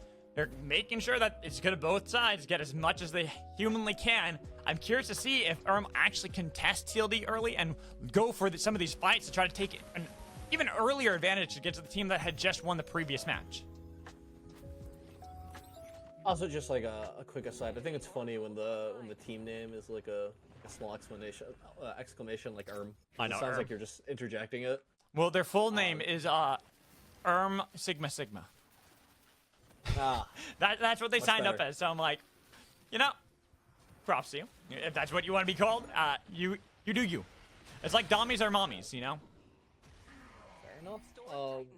I think it'd be kind of funny if like a team signed up as like and then another team signed up as like against and that then would be take the so fight. good. All right. and then So, just a little spoiler for people out there. I'm going to be planning an event on May 17th for a special day. And it's meant to be a very fun one, kind of like a Sinoi's Pizza Party. So, if you want to have Team and Team for me to cast on those days, definitely do it. As right there, we do see that Dom, Lose Spooply, who had just been revived. Dom gonna really be on that poverty run in this game, and having finished towards the bottom in every one of our games so far, gotta see what they're gonna be able to do to kind of bounce back into this game and into any of these series if they even want a chance at any prize pool money. Well, prize pool coins. I'm distracted. I'm like thinking about all the possible team names that you could put in or something like that. Where you have like, okay, so you have O, you have you have you have Hey would be a good one. K. Wow. Okay. Okay, wow. Okay. Wow. Huh. Bruh. I'm gonna suggest that next scrim set when asked if people are willing to change their names to like a random exclamation. We'll see. We'll You gotta do challenge. it the next one when I'm casting, though. That way I can join in for it. All right, let's look at the circle. It is unstable portals for us in this one, so a lot of craziness that can happen with going around the map really quickly for a lot of our teams. We see that. Even with that, even despite that, we are starting to focus in on the Machine and Scavenger's Bay for a lot of our teams. So, going to be forcing us down south and down southwest. But no one's really gone for too much. Just a little bit of action here and there. And unfortunately, a lot of that has been because Dami or Mommy are the team that are getting punished. Yep, and then it looks like Dom outside in Storm. Yeah. Will they get spotted? Just two of them, though, because look down south. Wraith's Row has been taken by Ponyboy. They can easily recall if they need to. Yep, and that's exactly what they're going to do. So that way they can farm up now that it's nighttime. Some of the camps at Wraith's Row, no one else was nearby them. Might be their only hope to get back into this game. Well, we see that D&D and Cat staring one another down, but not realizing that ERM right behind them. Do they actually... Are they baited by the box? Do they suspect that Kenneth is there? Wait, the box is so underrated because they're gonna take the TP. Yeah, they're just gonna TP away. They just TP it out of there. They go down south too. So ERM, who thought they had this beautiful flank onto D&D, get a 3D, 4D chest on that one, and now they have to go down south. They are now in this bad spot, but Cat are taking too long to move. It is gonna be the cluster. I think was it taken? Who got that one? It went over to Ranch to Boy. They get it, and now it's going to be Cats because they get the kill onto one. Might be able to get Mudang as well, but Mudang has gotten good enough distance from Water Drinker and from Kenneth. There's going to be Lodz, who picks up the cluster nuke, and then D&D, the team that lost out on the bounty. They had initially started off the heist, but it was another team that came in and stole it from them, and then a team stole it from them. And then also partially during that fight, kind of forgot to pop out of the present box. So all three members of ERM were getting bashed by a box. Just see how that was. And now you see a lot of our teams starting to meet up at Prisma Falls. D&D are still down south. ERM are still here by Cat, kind of all of them. Not really want to get too far from one another. Maybe even want to start off these fights, but we'll look up north. There's Moonlit Battlegrounds, IRS, even Dom, who are at Wraith's Row, farming it up, trying to get as much camps as they can. But more importantly is the spike on a Range to Boy from Lodz. They're able to find him over the abyss. The push back, the armorless ERM, and they leave only Mudang alive, who's going to go right up towards the enemy. The Moonlit Battlegrounds don't know. Instead, we see that they are going to let ERM get away because they're too worried about D&D. Then, over Pie the Machine, Nev and GCR trading blows, 1 for 1. Sinner's Embrace does not get the damage. There's going to be an Abyssal Breaker with a nice Flame Shield. That Sinner's Embrace will lock him down. Finding the stun, but it's the pullback in onto Aiden. Losing out, Aiden's going to be big. Luca tries to get away, but couldn't get into the swap of Dan. Now has to dash over, but everyone is nearby. Orbs of Orgus are not going to save you. Well, for fun, they show up on a flank. They might be able to intervene and find their own kills onto Skedaddle, but Skedaddle will rejoin with the rest of the squad. And MEV tried to do a little anomaly shenanigan when they popped through and tried to hit a ability, but GCR on their toes. Able to avoid it, get a turn. Mudang. Does Lods know? Lods is thinking. There it is, Orbs of Argus. Spotting him out, and that's the nice thing with it. And then puts down the Citizen Embrace to make sure our first team gets eliminated for Game 4. Yeah, Lods was calming that he was getting spotted, I think, and then Cat were ready to play for check-in. Looks like Iris should take this portal for the rotate. Yeah. And there's a team here, actually. 10 right there. They're ready for that one. Spike, and on the grind rails, it seems that Ophiudonis is going to be the only one getting away, while Dan, as well, had taken the portals to try to get out of there. Might be able to find a Spike too. There's just going to be the swap towards the portal, and seeing TLD, can you get in? Hopped into the portal in time, but was chased down, and we have another team eliminated. Our European squad has been taken down, but PSA then find the fight against TLD, who tried to chase down. They wanted that kill, but at what cost? Because PSA, they're reaping the benefits, and Lemur doesn't have a good way to get out of this one. Gets Star Flash above them and smashing down. The storm is closing. Surprising that these teams are camping the portal and getting a kill out of it, actually. Me too. Summon Napalm. Almost was able to turn it around. But Amador, it's going to be difficult to get away from Ponyboy. Having that gold armor compared to no armor at all for Ponyboy might be the one thing that keeps you going. Looking for the arcane railgun, doing a lot to Ponyboy, and then spray and pray, hoping to find anything. Ponyboy was able to take the chains away, healing up and helped out by some of the minions. But Amador, strangely, still hunting this down, not knowing where the rest of Dom are. Finally will relent, start peeling back towards the respawn beacon. It's early enough in the game. This storm should not do too much, and TLD should be able to get back in time. Yeah, also has the gold armor, which helps mitigate a lot of that damage. IRS finally got finished. I didn't see where... Oh, I think they did. Yeah, I think it was over there. I was going to say, it's actually very hard for Brall to match a Shift 4 or Shift Max Ghost, which I see Amador has rocked because he has a big game hunter. Yeah. And so, leaving only Dom and Ponyboy alive. It's not looking too good for Dom. This might be their best placement so far, but it's more on the rat strats for Ponyboy, who might have to survive a little bit longer. I'm looking where they can go. There's a crown nearby. Yeah, they're definitely going to pick that one up, but D&D ready to go for it immediately as well. Missing the Sinner's Embrace, and then a chain away for Ponyboy. Has created some distance all the while down south. 10 and Game Center trading back and forth onto the boat for GCR, and 10 on the other side. Well, it's going to be the portal. Ponyboy needs to grab into there, needs to just dash away, but guess who's waiting again? It's PSA, who almost were able to find Ponyboy, but Ponyboy was able to get away by the skin of his teeth, but taking a lot of damage from Palmu and then pushed back. Napalm has been summoned. No way for him to start out the fight. Instead, he decides to go away. Snipe, no glide. Instead, looking for the dunk. That's almost there. So close for Ponyboy. Starflash had the E-plat anyways. He was ready. He was waiting. Yeah. Tragic though. I was hoping Ponyboy had it though. It was that close to getting it, just not quite. As we look for more of these fights down south, a lot of teams here. D&D are locked in. They're trying to survive, but it's going to be the snap back as Cat is snapped apart, and then 10 throw down the pistol breaker. Rain of arrows on the side of DNN, and another one from 10. But both sides are now going to relent as a third-party situation. It's not something they're ready to fight. Yep, and GCR finally able to pick up the spoils from that fight. So, very nice. I think they were the first to engage, and then the other two teams followed up, so...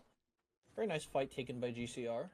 I just love that PSA. I've been saying on that portal this whole time. They've been camping it, waiting for teams to kind of join in, because they know that if a team is losing, they're going to pop out through there, and then they can get the picks, they can get these kills, as well as the team wipes. It's actually very interesting. I never. Trying to push the team in there. Yeah, Yeah, wait, that's they what I'm pushed- talking about. There goes Jet Ski. As you try to go wait, for the plan of Skedaddle. Firefox. Skedaddle getting a lot of burn, but it's trying to get the heal on a Phenom, but the shield missing. But then it's Herd pushing him into the storm, separating Lemur, leaving only Abador to try to fight back. Skedaddle's healing up. It's difficult as goes to get away. He tries though, but he's sniped down by the spear as Moonlit Battlegrounds now enter through the rear looking for Game Center, who are able to get away. No longer with Jet Ski, but they did win against TLD. The Tattle pulling off that 1v3 Herd was there to clean up. Well, 1v3 engage into a 2v3 fight. But I think this is actually one of the biggest problems of having Eva in tourney. It actually enables Felix very well because most of the... Well, I was going to say because most of the time you want to draft champions that can complement Eva, so peel for her. But it looks like TLD specifically with a Ghost and a Felix aren't super favored in that regard. So Skedaddle is just able to get there and rip him apart. So in the meanwhile, I'll say my big comment here as someone who's been playing a lot of Eva to kind of learn her is that Eva might seem like a healer, but you play her like a burst mage. Not that you're gonna burst someone quickly, but you're gonna use your abilities. You're gonna get the orbs down. You're gonna get Beck. You're gonna throw down your ult. You're gonna use Beckon. If you die after that, you're good. You've done your job. Healing is secondary. Yes, it's nice, but that's what you do if you somehow survive and then can reset to do that all over again. All right, so PSA. Oh, they even have all the money trees set up too. That's kind of funny. Oh my goodness, they're rich. Afios with double money tree. Oh, that's why they were sitting there the entire time. Because they just had the trees set up. That's so funny. Huh. They just let that build up. They got a lot of gold from it as well. Look at how their armor and items are right now. They're very happy with the situation. Okay, interesting macro. I like it. As teams are slowly starting to get pushed together in this zone. This isn't looking like an unstable Portals final zone, to be honest. No. Like Final Destination glider jets. Right? This is a very weird one that we're getting to see here. As teams that might be down a member or two, still struggling to find how to get back. Game Center, they're struggling as well. They did get Jet Ski back, but at what cost? Because what territory do you control, especially as we were talking about? This circle is not friendly towards Eva. You need an emergency platform at best if you want to be able to survive as spiked by your own orb. Uh-oh, not again. Is that not how again. that works? Not again. Oh. Yes, you can get spiked by your own orb. What? That's so cooked. You gotta be careful with that. It's happened to me a couple times. Doesn't need to get fixed. Well, let's see. From that, but okay, MB on the rotate. Stormnade trying to push apart some of the teams here. Zone is moving, so 1 minute before we have our not final zone. I'm sure. Final zone for some teams. Well, yeah, we have 6 teams, and the circle is starting to get very small for a lot of our teams, and there's not very much real estate to play for. Center's Embrace doubled up, looking for a massive sun with the Beckon, but not going to be able to pull him back in, while D&D caught in the middle of everybody. Free fire from all sides will absolutely destroy D&D. Well, Game Center, they try to enter the fray. Another Cinder Supervive not going to be able to connect, but Moonlit Battlegrounds were able to back, and now it's going to be 10 who are looking for their own play, but they got to be careful because PSA, they've joined from nowhere. They've taken apart for fun, who've been pushed to the brink, hoping to get one spike remaining from Maddie, who puts down the orb to try to heal back up as they're looking for Jet Ski, looking for peppering damage onto them, pulling them away with the Beckon as everyone's still over the abyss, but nobody's fallen just yet. Anybody can get tagged by the tether to get taken down to the abyss, but nobody does. Not even the slam from height was able to find Jet Ski. Another Beckon, but the damage is what finally undoes the Game Center. No, the entire time I was looking at Saucy. Saucy was definitely panicked. I'm sure as Pine almost pops that bomb. Oh my god, the damage here. That damage is real right there as it absolutely destroys Maddie. Then another Cinder's Embrace, but for fun with a crown into the machine, sniped down by Arcane Railgun. No time to even utilize that to get the heal back. And now we are down to our 3 remaining teams. All right, PSA with more deforestation. I am sure that they are getting plenty of econ. That's actually so interesting. In a zone that is starved of camps, keeping the money trees so that you're able to constantly refresh your armor by powers, by elixirs. But look where they're. Well, did you see where their base is? Yeah. They put it on the emergency platform so it will stay in the circle. They will be one of the few teams that can keep a base camp, so they can constantly keep buying this stuff. They have just 5D chests everyone. Alright, so it looks like 10 also have their own E-plat, have MB. MB don't have an E-plat, so they will have to kill one of these teams if they want one. I have never seen this zone before. This is so interesting. That, again, you can play thousands of games of Supervive, and there's always something new that you can learn or see. For me, I've seen circles like this before. This is not a new one for me. I've seen circles that are even worse, utilizing this exact same area. So we'll see where the next circle is going to go, because the last time I saw something like this is literally... it counted these big old walls right here as land, and it only had a bit of those in, with everything else being abyss. Yep, and Afios got awareness checked. Still have tree set up. Yo! Which is kind of funny. And then Ender cast with the 36-party raid for Supervive. Let's go! Goes from Valorant to Supervive. If you don't know Ender cast, by the way, make sure you check him out. Amazing friend of mine. Great caster for Valorant. So if you don't know who he is, definitely check him out. Oh, MB have to take a fight here. They have the two-way tunnel, which they can pop into the abyss, but they have to fight without an E-plat. Yeah, this is what I was talking. Did I not just say? I was literally calling this out. I'm like, I've seen circles at this exact spot that are worse, and it got worse for MB. It got worse for every team that's not PSA, because they're the team with the base camp. They've got emergency platforms. They've got trees, too. Everything is going their way. Storm tightening. 10 might be okay. I don't know if they have a... oh, they have a base camp. They should be able to pick it up, I assume. Yeah, they also have a cluster 10 nuke. Can also play. So they can completely destroy PSA's whole set. Oh, that's Armor Shredder. Oh, is it Armor Shredder? Oh, it's Armor Shredder. Yeah. You're right.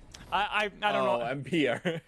I was looking at cluster nuke. It looks very similar. But right now, they're trying for the two-way tunnel. MB, PSA, they see have him, to go. but it's going to be high. Right, one Spikes, 1, 2, a kablooey! They blow up Moonlit Battlegrounds with only one alive. Pine, 1v3. This is the time, bro. You got to throw down or shut up forever, because he goes onto the base camp, but the push comes in from 10. 1v3, looking for any snipe. Not going to be able to find it just yet, but he's been hovering this whole time. Starflash couldn't get him. He was able to get back. Pine, how are you doing this? How are you alive, my dude? He found it. Now with the blast, he gets the passive. He's ionized. He pushes him back. I cannot believe it. Never doubt Pine. Pineapple coming through for Moonlit Battlegrounds, being the last one against 10. You did it against PSA. Can you do it against 10 as well? But Abyssal Breaker finding any bits of damage. One's gone. It's still in first while Pine sees the others. Puts the sun down and he's about to blast off. I cannot believe this. He's ionized. He's on the platform. But they've got the Sinner's Embrace pushed around into the back end with a stun.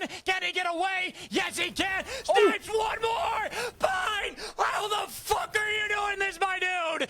Against 10, leaving only TNN to deal with him as he goes for the back end. Couldn't find it, but Pine absolutely playing the living hell out of Supervive. Okay. Enemy teams are definitely inting here, but he is pulling off the clutch of a century. All right, Tien, I think waiting for the ultimate. He has the ulti, so Pine needs to dodge. He does have access to a rewind Closing. if he decides to pick it up. Can you pick it up? Let's see. Come on. There's too much stuff. There's too much stuff. He's too rich. He's got too many things. So 1 shot, 2 shot, 3 shot. Okay. He has to Here's push. the Does he hit the back end? TNN. He does hit the back end. TNN. Eva versus Does he have the Saros. shift? It was at Pine's game this whole time. He'd been winning this whole time, looking for one burst of the sun, but couldn't get it. TNN. Yeah, I don't know how you're gonna do this, but you gotta somehow beat Pine in his own game, and he can't gets it. do it. Pine, you deserve that victory. That is disgusting. I will say that is entirely Starflash's fault. For giving him the first reset, because he had no fuel left. He had to hit that shot, and then Starflash decided to heal. He either healed or he was refreshing armor. I forgot which one. But because he was vulnerable, Pine got the reset, and then 10 came in, griefed PSA. Dylan died to the abyss, and then gave Pine another reset. That was wild. I mean, what else can I say? That's Supervive, baby. That is Supervive. It takes one mistake to be punished and exploited by your enemy. Pine found it. He was able to outplay them, deserves that game for victory. And that's all we can really say. At the end there, it was just kind of the Eva versus Saros battle to just see which one's going to win. We knew Pine was going to win that one, though. He deserved that one. He had the momentum. The clutch factor came in real.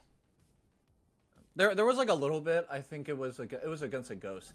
He popped his Ionize, and then he went for the R&Bs, which I was surprised about.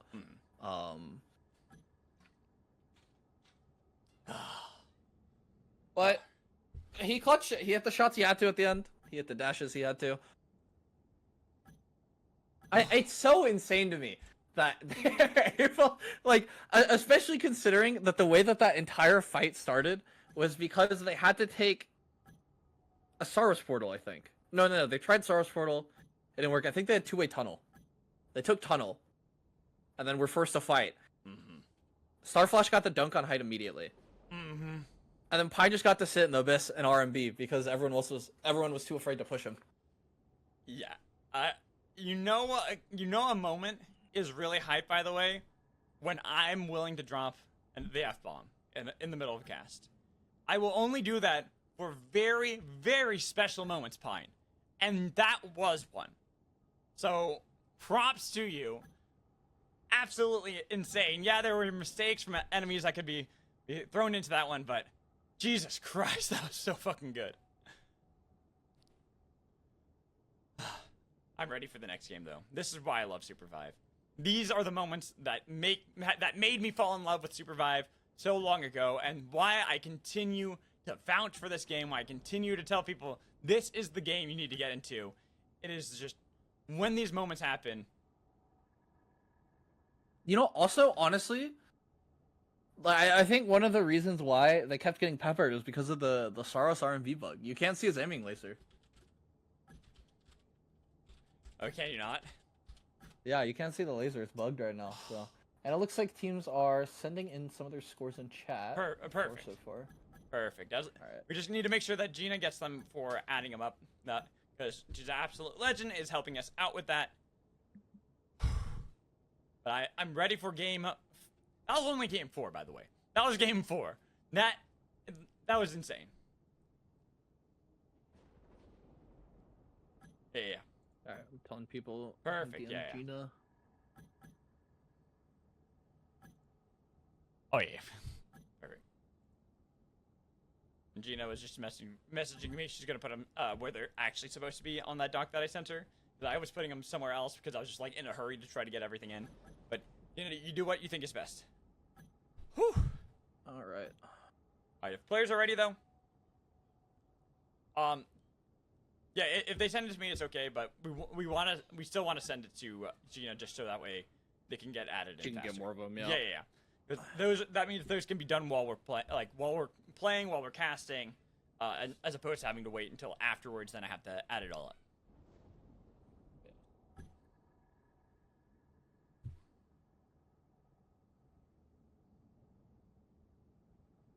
Alright.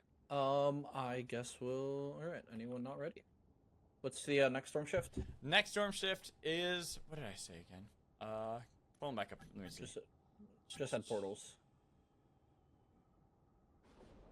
Let's do Final Destination, glider engines. Those are usually common ones left. Yeah, we'll do Final Destination. Final Destination, and then we'll end it on Bullet Train. D&D not ready. Okay, D&D is not ready? That's fine. Oh, gives me time to breathe, because that game, I will say, they really were wanting me to go all out, weren't they? Yeah. Whew. Alright, I'm gonna go pee real quick. You go for it. Anyway, so, guys, I hope you're enjoying the tournament. I know that it's not the cleanest thing. I'm hoping in the future that it will be a little bit better. Hopefully, if I start making money from the streams, as I said. So if you want Prime, Twitch subs, donations, anything like that, helps me to not only put that back into the stream itself, but hopefully in the future I can actually do prize pools for players. That's like the ultimate goal, but I got to get to myself in a better financial spot before I can start doing that. I know you guys understand. Not everyone's able to, because like I said, I'm not either. It's a difficult time right now, but I appreciate you all just even hanging out here, watching some Supervive, giving commentary on my commentary. If you have anything that you think I can do better, please please let me know. And if you find any good casting moments, also let me know, because I can then turn those into YouTube shorts.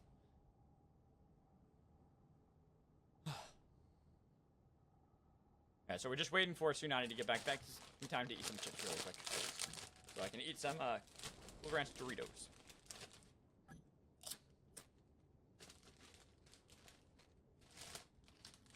Gina is helping out with adding up the points for the tournament.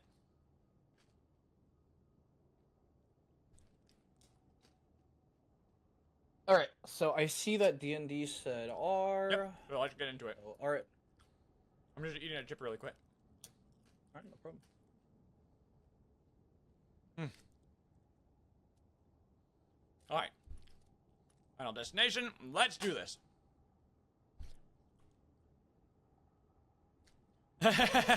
Magical, rest your voice while you can. Nah, ain't no rest for the wicked. Me yelly man. Me always yell. We got 2 more games. Select your hunter. 2 more games, then we'll add up the points and find out where the coins are going. Because unfortunately, I didn't have a actual cash prize bullet. But TC was very kind to give me some You are the drop of the leader. TC coins that I can gift out to people. So we'll get that all figured out.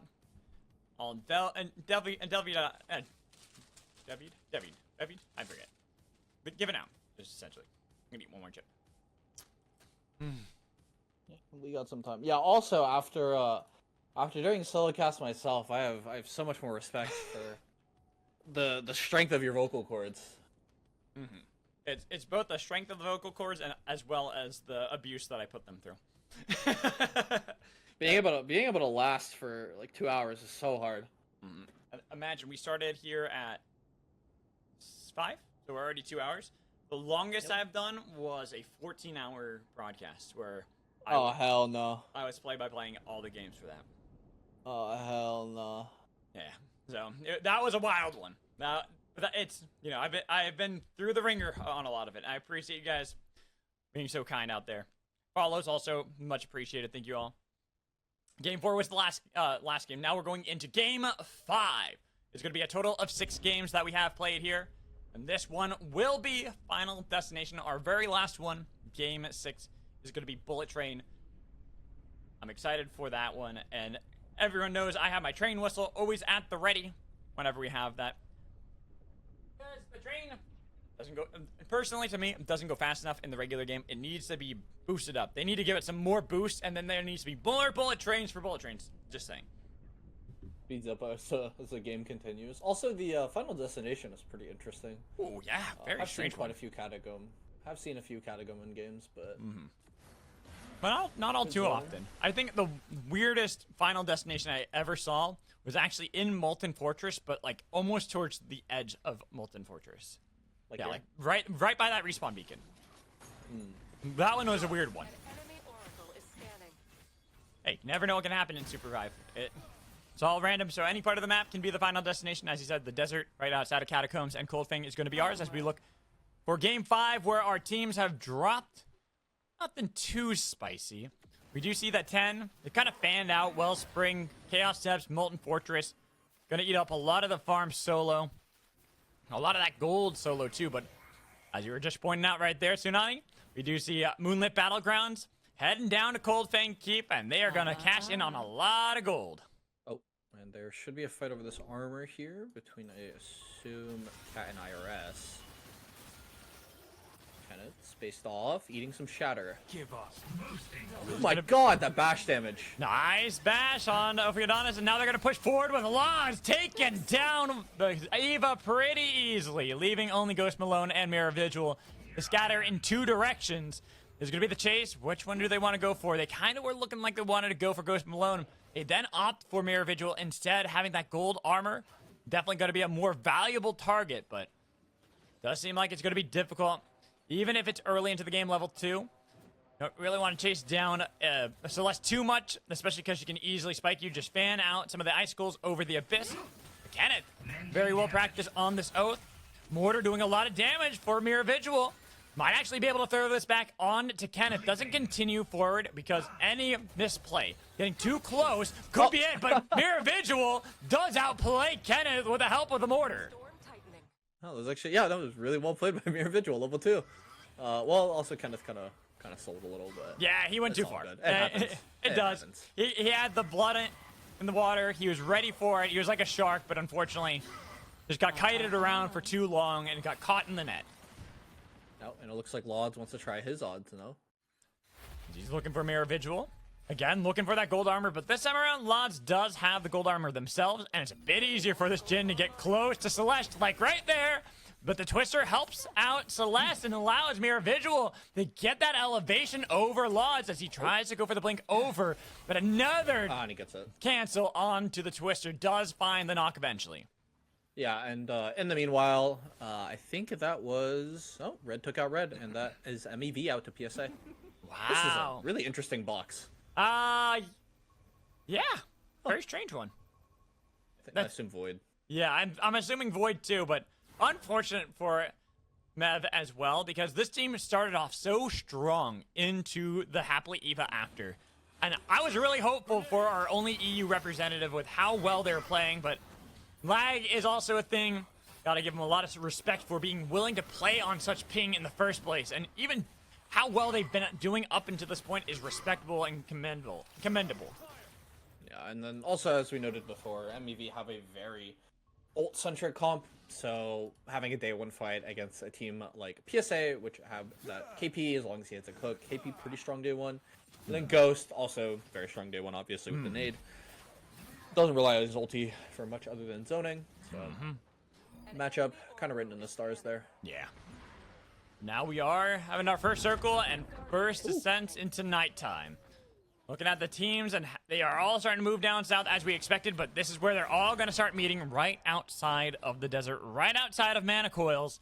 And that is where things are going to get bloody. 3 teams already there. Moonlit Battlegrounds, IRS, and Cat are all right around the Mana Coils, and we do see that DND and GRC, they're fighting up north because these are other teams that are migrating down for the winter. The winter is already starting to hit them hard as they are getting pushed into everybody and one another at the same damn time. Where Cat tries to dash forward to look for the IRS, who had only just gotten themselves back to being fully reformed. They're not in a good position to try to compete against Cat, especially because by himself, that was just kind of by himself trying to fight against the IRS. Now it's Lod's turn, kind of like what happened before, as they're going to tackle the back line, get that damage on to Ghost and Oviadonis, and then get the pullback in. Ghost, low, Tether picking up the kill for Water Drinker, but might not be able to confirm that kill. Could be stolen away by Diamond. It is going to be the revive for ERM on hard while they get taken down by DND on the other side. Rancho Boy's going to be the first one gone. Well, Emotions cannot find Modang. Instead, it's Chains that are taken away to try to get out of there. With the Sinners and Brains getting the lockdown. Another one as well, putting every bit of pillar down to get every stun. And it's going to be Phenom trying to take down D&D. Hello and goodbye. As a 3D2 the only one left. But Abador just watches as his team is getting taken apart by ERM. It is a snipe that takes down Francis Boy as well. But Emotions has been on top of the Wisp to try to revive the team. Lemur is close as well. They could get this Wisp, but not going to be able to tackle down Emotions. While Ranch the Boy trades out for the goals. Lemur is back up. Another fight of the Firefox, but too much distance gained by Abador. And a snipe on Ranch the Boy. Abador keeps TLD going. Really good nade there. Abador was able to hit him mid-air. And it looks like Dylan last might be... We get the Eva kill. Nice. Very well done there. Locking in poor Dylan into a prison of his own doom. And then they're taken down. So now down to 10 teams as we've already lost 2 of our squads. And Mev and 10 are both gone. I don't know if you noticed last fight, but a lot of those kills went over to Eva's as Flight with the Firebox onto Mudang, who is last, running away, able to dodge a slam, fiery lunge. Tries to get her. away. No mana though.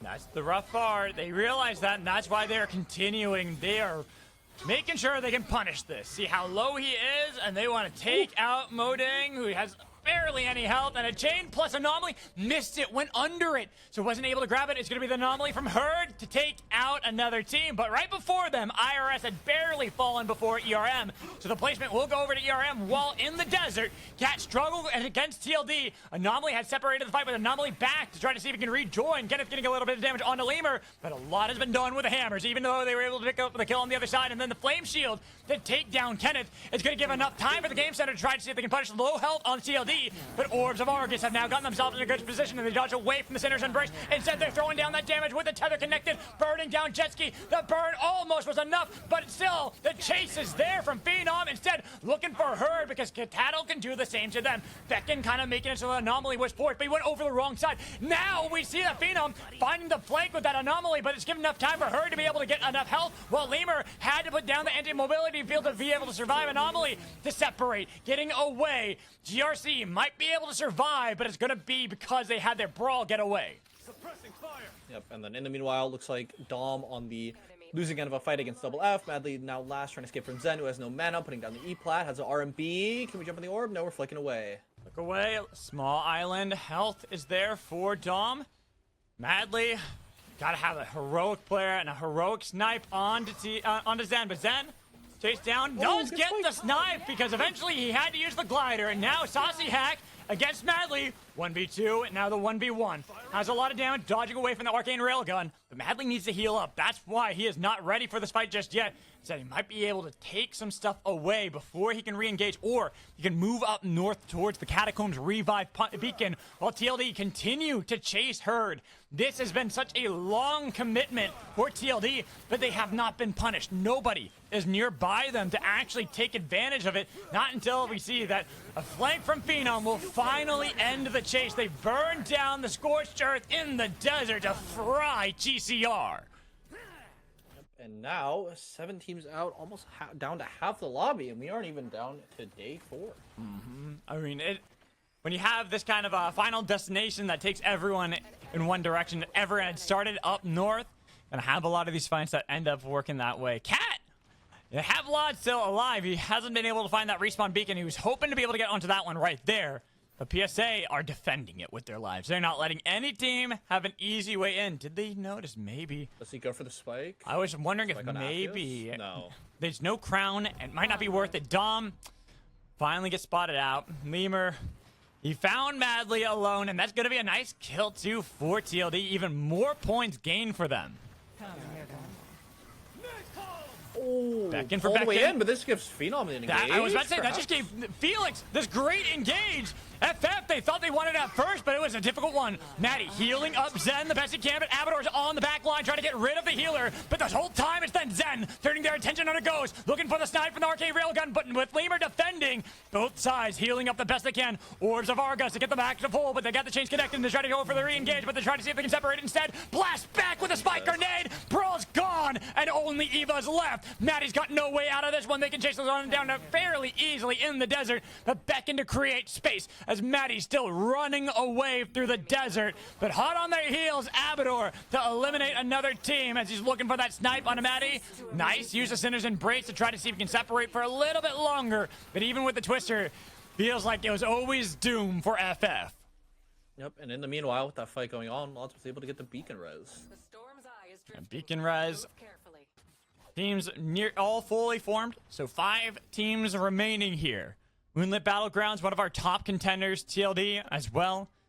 Always look at this team and how they're able to play, but PSA have been another team that have had some spicy moments. Last game, they tried to see if they can set up the door tech with the unstable portals, then the base tech afterwards.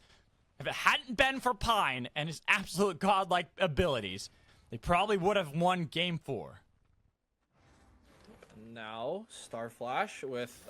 he has these powers every single game I've seen him, by the way. Like, I've never seen him with anything that wasn't Mana Battery Stealth Cloak, but... Looking for a hook. Do have the high ground. I mean, given the final destination, I'll have to move after, I think, one more day. Yeah, see. I think it's pretty much our teams are going to sit where they are, figure out where their circle is going to go. They know where it eventually will hone in on, but until then, there are ways to kind of have that RNG that plays into it on how to move around, and we are seeing that is going to slowly push them into more of the desert, less of the abyss. Yep. Which Laws is sad about, because when you're so far behind, the greatest equalizer is spiking. Yeah, exactly. That's kind of what I was getting at. I'm glad you picked it up, Tsunami, because you do feel bad for those teams that need that are behind. They are reliant on fighting those crazy fights, but the team that doesn't want it, TLD. They want to fight Moonlit Battlegrounds in the catacombs. Who's going to find themselves buried? First is Pine. Height the next one. As the Sinner's Embrace did not stop the pressure from TLD. Height has no health, but almost taken down. Burn the orb from Argus, keeping him alive. Beckon to dissuade, but it's a Beckon back, and now they're throwing down the avalanche, sacrificing your life so Brall can survive. Might be the play for Moonlit Battlegrounds while we go north, and we see that D&D, we're trying to get the Orshan, but PSA nearly stealing that away. Throwing down a little bit of damage, but neither want to commit. I actually don't know who got it. Neither do I. Assume the Ghost ulti from PSA stole it, but I could be wrong. As Height breaks the orb of Argos. Was able to get rid of the pillar and then get away from D&D. There's always the difficult thing with a Brall. He's very mobile. Phenom found him out, says no mobility for you this time. Scorched Earth and a burn to boot to eliminate Moonlit Battlegrounds. All right, 4 teams left. All of them almost close in strength, except for Cat, who have to give up the position to a Screamer. Now, PSA Aware will be looking. I mean, I wouldn't be surprised if Palmu just sends down like a really random napalm right onto that brush, but they are going to get it with the and orb. they're spotted. Orb spotting it out. The pull hooking two. him. Get back in here, Kenneth. Dragged into the Sinner's Embrace. Even with the Beacon on the other side, it did not do the same to them. No oath for Cats. Going to be a bad spot to find themselves in as they have to regroup and reorganize. Honestly, respect the Cat for sticking in the bush, even though they heard them walking up to them. Unfortunately, with an Eva in tow, it is pretty easy to check these bushes. That's kind of one of the powers with Eva is free bush checking. You can just throw out the orb, spot it out real quick if someone's in there. Then you can move it to the next bush if you know how to do the whip. Just get that extra little bit of mobility when it's behind you and you grab it, tethered, whip forward, and then it'll actually go really far. I'm not sure what they picked up from what TLD picked up from the red chest. I guess. Oh, replicator. Oh, Yeah. Oh, how much gold do they have? Let's see, how much do they have? An okay amount. Yeah. Not too much. Not as much as I Stage, thought. but- Not as much as I thought. I thought they'd have more, but now having 2 exotic armor is going to be pretty big. Phenom and Abador.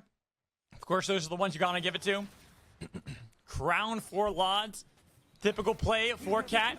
They send out the Sinner's Embrace to get him off that little bit of an island. The one little place of land they could have survived. The anti-mobility fields are locking them in, but Lods gets dunked on the other side because he didn't realize that Star Flash was awaiting him.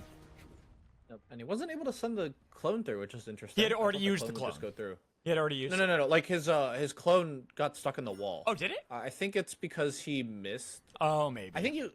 I don't know if you can throw a clone into Abyss. Honestly, I forgot. Maybe. I don't play enough Jin to know. Yeah, but he didn't get it. Starflash is visible.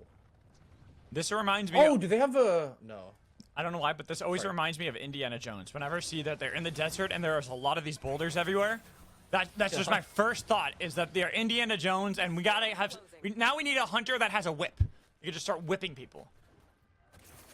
Oh wait, they what? right? I think D&D have a the sight potion or the elixir of vision, Oh, and I think that's spotting out Starflash whenever he walks close. I I don't know if he realizes though. see. Could be that, or now with the invisibility, it does kind of give you that little bit of an indicator, so you know someone's invisible nearby you. You just don't know how far away. So I think that's kind Yeah, of because you see the invis thing here, but he's like visible. So I think they have a vision pod. well. Right now it's because he's taking damage from the sandworms. No, he's not getting hit by them. He was jumping over them. Oh, or is he? when you're crouched in the area, Okay. They just pass through you. Ah, I think they just had a vision pot, which is. interesting. Not something we often see. I don't get to see that. Oh yeah, no, it's TLD. It's TLD to have it. Oh, yep, there it is. I There it is. So that's why we keep seeing Starflash and know where he's at. Now, putting down the base camps, giving even more vision. Starflash tries to play forward, was looking for the pull. But it's so difficult, as you talked about, that information that Phenom's able to get. Having that little bit of an eye on Starflash, saying, you're not going to be so sneaky as to get past me. Double-souled TLD. Looking really good, as nobody wants to be the first one to start the fight. A 3-way duel. Usually the first one to start it is the one to lose. As TLD are okay with their positioning right now. They even have an easy way to move up to where the circle is going to rotate. Only PSA are going to have to go through someone. They're going to be slowly pushed out of their comfort zone with nothing to defend them. There will be no land, no obstacles that are around them. And as we see, right there is given TLD the southern part, while northern part is held by D&D. Starflash almost able to get the pull, but Aphios had to get back with the rest of the team and tries to heal up as they put down a base camp. D&D very close, and that Twister could actually be the thing that saves PSA. Sinner's Embrace as well as Beckon both miss. Another Sinner's Embrace not going to be able to pull back into anybody, but somebody's got to look for the angle. There's a Starflash trying to get in as they try to get away too. Sinner's Embrace locked down D&D. Pull in from Beckon. Gonna destroy D&D, but TLD are still the team to beat. They're the ones in control. Starflash has to get away, but the Flight of the Firefox with the Sinner's Embrace on the other side could not deny the Fox as he burns down the competition. Avatar's crown 2 will pop just for good measure. TLD's victory was assured. Time to end this. Aphios, if you're watching this, I saw you jump into the spike wall. We saw it. That's on stream. Yeah, he died because he Yeah, we did. the wall. Hey, Funny. the thing is though, it was well met and well fought from our teams there into My game God. 5. What? 11 knocks on Abador. Woo! And 6 on Lemur. Oh my, wait, they got so many points from this Wow. match. 18, 29. They have 34 points from kills. Wow. That is crazy. See, this is kind of why I like doing the extra kills on Eva, because it's already harder to get kills on Eva, but then like this is gonna make everything completely wild on how the game's gonna go. Like, Also, it's so illegal that the PSA got second. yeah, kind of actually. I don't know how they did. Like, I thought that was gonna be D&D. I will give one major credit over to PSA. Aphios had a really good, like, that's the second time we've seen him with the Sinner's Embrace Beckon combo that catches multiple members of the enemy off. That one right there was able to pull 2 of the members of D&D into the wall to get that stun before the Demon Pillar had been destroyed. And then from there, there's only one other person you really have to worry about on D&D because the other 2 are stunned and pretty much dead at that point.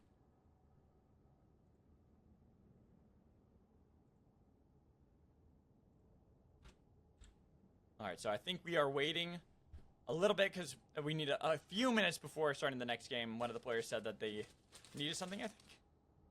Lemur has to go pee instead of Starflash, so we'll be waiting just a wee bit. I like OC15. It's like, Lemur had 6 kills. That's like 50 points. Yep, put it on the sheet. 50. Well, yeah, every Eva kill is 3 points. So, that does make it so that we will have quite an interesting final score for sure. I'm really curious to see how this is going to make things. In terms of wins, we can double check that. I think you are right. I think they both have a win each. Let's see. MB, 2. Yep. They each, both TLD and MB have a win. 2 wins, sorry, 2 wins. The other teams that have a win would be, I believe, PSA, and, yeah, that's it, just PSA.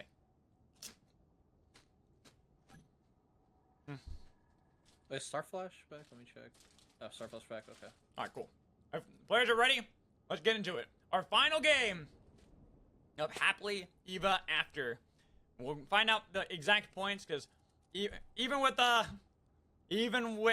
how the points are from how you finish, how you place, even with Pine playing like an absolute god on Saros, that guarantees nothing. It is all about getting those Eva points because that is where things can really start to go crazy.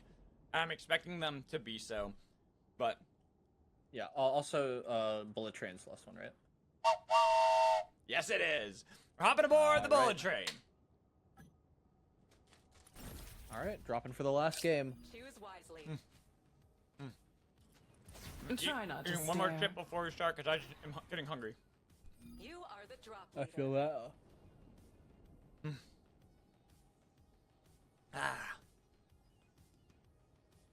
All right. So, Tsunami, as we get ready for our last game, Any thoughts about how Eva has been in this day? Any improvements in your opinion on this hunter? Oh, one thing I've noticed is that the second Eva to ulti in a team fight usually gets it off first, because everyone is forced to dodge the first one. So when you play in a third party, it's always good to watch for one of the other Eva ultis. And then I've also noticed that we were commenting that Tien is like by far technically the best Eva, but honestly, 10 have been getting wiped like pretty much every game before we could see anything happen. So unlucky. Very true. Yeah. Otherwise, yeah, the sustain is pretty gnarly. I don't think there will ever be a meta where Eva is like as picked as like a Zeph, for example, back in the day. But I think she is definitely an anti-heal chick, is what I've noticed. Teams like I wonder if that's why Pine is picking Saros. It's because the anti-heal lasts so long.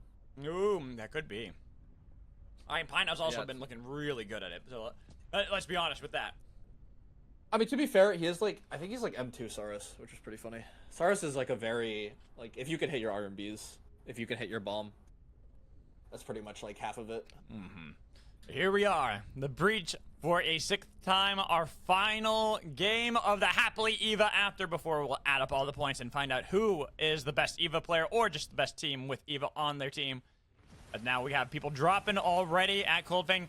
Nev, our European representatives here, dropping first, trying to get that early gold and early loot, while Cat struggling with a fight against Water Drinker at the same time, getting 10 gifted subs from Numbers. Oh my god. Oh, a lot of fighting going on. A lot of fighting everywhere.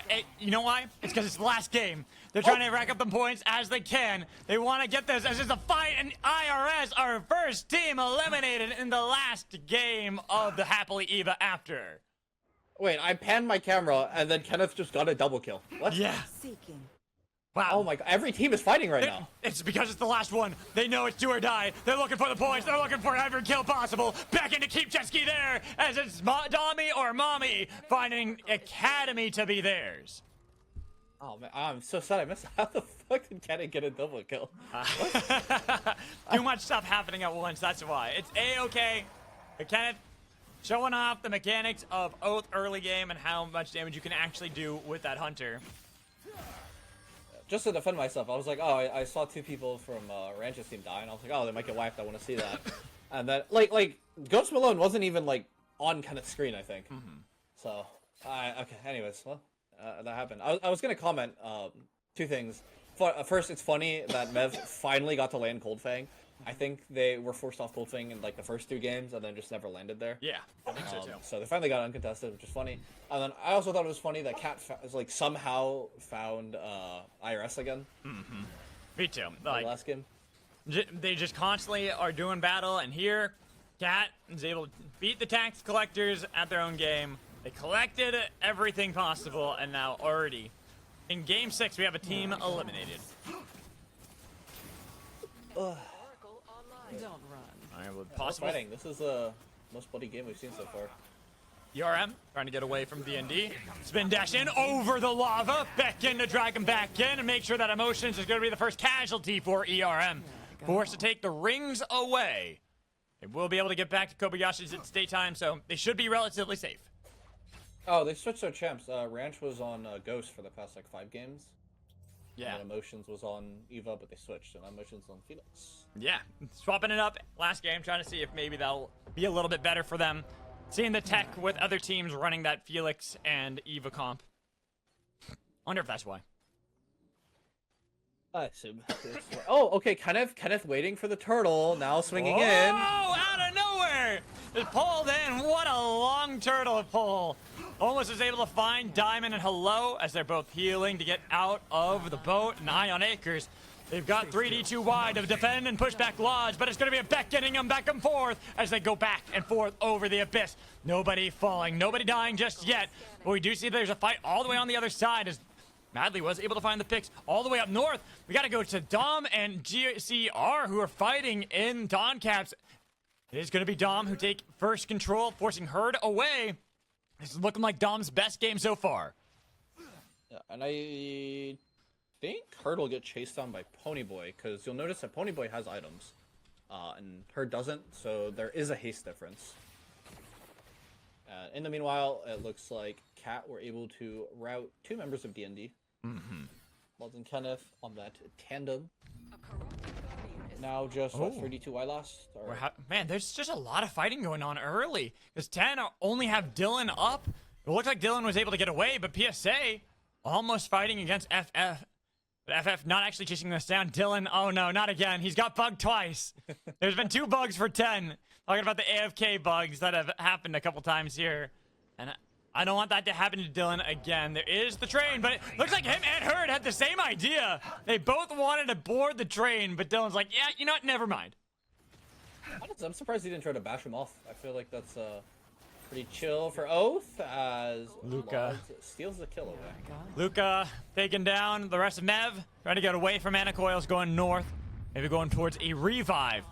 Well, Dom, this is looking like their best game so far, but they're going up against a difficult team to deal with early.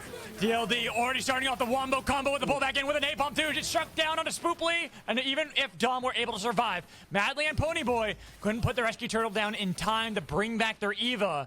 So they'll have to look for a respawn beacon up north if that's going to be the way they can keep the team alive. Spooply ate both types of fire, as the napalm and the carpet of fire came out. Now MB and Cat looking at each other. As MB are actually not even bothering with this one. They're just going away, but they are getting chased down by Cat. The whole time chasing them down. Wait. What? How did Log wait? What? Yeah, I know. I don't know how he died either. I have no idea. I'm so what ready happened. for Height to swing in. Me too. Dylan, oh, he wanted to get on that train. No, 10, no! Our next team eliminated. 10 going out early. Not looking so good for them either as we check out Mev, our EU squad. Beaten ERM. Looking to stomp on that wisp of Felix. So Motion's not going to be able to survive, but again, they can pull back to Kobayashi's and once more try to revive the team. But we look over towards Cat as they hop aboard the bullet train. Should be able to get that revive and bring back Lods. Again, we're not sure what happened to him there, but they're going to be fine. They'll have the team still there and ready for further fights. I want to know where his death box is. That's what I'm the most confused about. I think it's... Because I thought I would see it here. Yeah, but... that's where I thought I'd see it too.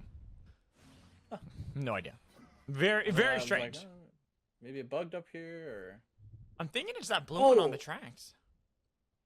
No. That was from Tenda. That was Dylan. Oh yeah, that's Dylan. You're right. Okay, so he threw his clone. Just to look at the action, he threw his clone inside mana coils. So now I'm thinking, what if his clone fell in the abyss, and then he swapped? Oh, that could be what it was. That could be really stupid. But then it makes no sense why they didn't box res him. I don't know either. I'll ask him later. Well, as Diamond also dies to a bit. Oh, he does the train. Yeah, and we see ERM fight against Cat, and same with Dom. They want to join as third party, but Cat are already beating ERM, destroying them, I might say, because Modang has to get to the rings to get away, but Lods outplays him with that dunk, avoiding it and then dunking him. With nighttime still here, waiting for daylight, but D&D, they've snuck their way in, and they see Wrench to Boy, and they say this is not safety. They rob him blind in town, and they eliminate ERM. Yep, and donating the kill to their Eva, as we can see. Now Mev down Aiden.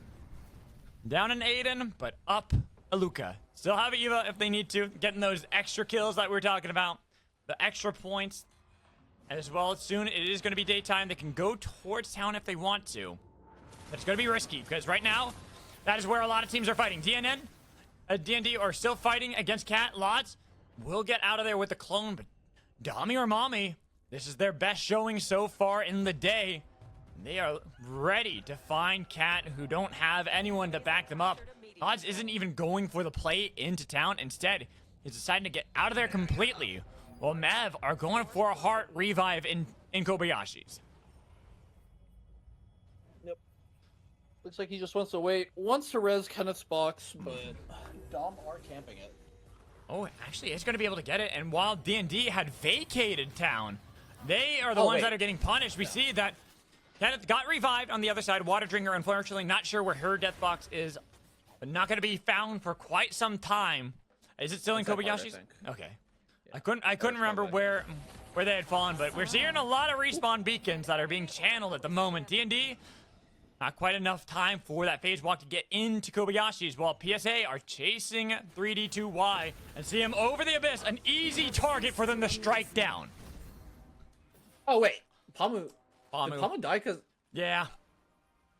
Wait, did he die to the ulti? I'm confused. No, how he died. the ulti did damage. I think he didn't realize he was out of glide. I think it was as simple as that one. But anti-mobility field that's been placed down. GCR. 3 E-plats. 3 E-plats. Just get out of that one. Not even bothering with it, but not really looking like one of our circles that's going to really need those E-plats. Even though where our circle is taking us around the bullet trains could offer some opportune moments. As putting down Orbs of Argus. The pull back in with Beckton. It is a singularity, a little bit too early for Dan, but it might have created a little bit of distance, but the dash back in from Zen with a nice clone over the wall. But where did they all go? I don't even know where the Eva is. Inside of Kobayashi's? That's where they went? I thought Zen was right on top of them. Zen is confused now. Now, I think we all are, because I thought that he followed the exact same angle as them, but they were able to get to Kobayashi's while he was just outside of it. That's actually an angle I've never seen someone take before. Interesting. Well, actually, I don't know. Oh no, Man, Madly! Starflash hit Oh the no, slam. Madly! Getting spotted out by the primal slam of Starflash, so no longer a Joule there either. Go north as Cat reformed and regrouped for battle. Toilet over the abyss, tries to get away from Lodge, was able to have a nice little serpentine to avoid that dagger jump that could have been Lodge. Getting another kill, but Toilet, you are an Eva up against Jin. I don't know if you're going to get out of this one too easily. Spooply's on the other side and sees them fighting and says, please, leave me alone. I don't even want a part of this. I want to get into town. I want to revive my team. They're going to let him do so. They're looking for Toilet instead. But there's going to be one more that remains for Moonlit Battlegrounds. We still have height. The choo-choo train clacks by. Nev split up by PSA. Cat, they're there as well, but it's going to be a two-way tunnel set up to get into town for Mev. And it is going to be their freedom that they buy for now. Mine. Ooh.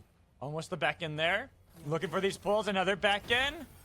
Trying to get him over there. Swamp nearly finds him. So close. Have not quite able to get it, but that gets him! The Beckon takes down Dan just as he was living and breathing. They're all trying to push everyone into the core of Kobayashi's. It is a battle I don't know if you want to continue. Dami or Mommy are alive, and it is nighttime. You might have frightened the guards, but you're going to be more frightened by the enemies that are now on your back trying to chase down an Eva over the void wall into the train! Luca! That Beacon was perfect! Hit him with the whistle. Alright. Well, 2 victims to the world in this little skirmish here at town. Pretty funny. But it looks like Maddie will be able to get him back up with his armor not intact, his pride also probably not intact, but his life preserved.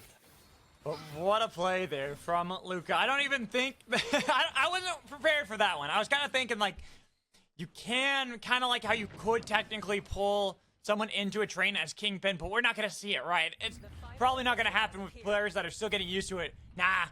Fall from grace, Luca. They have a perfect pull on that one. And here we see height. Somehow, no. Oh, there it is. Tag. Oh, so close. So close, but that one auto does land, and now we go on to the other side.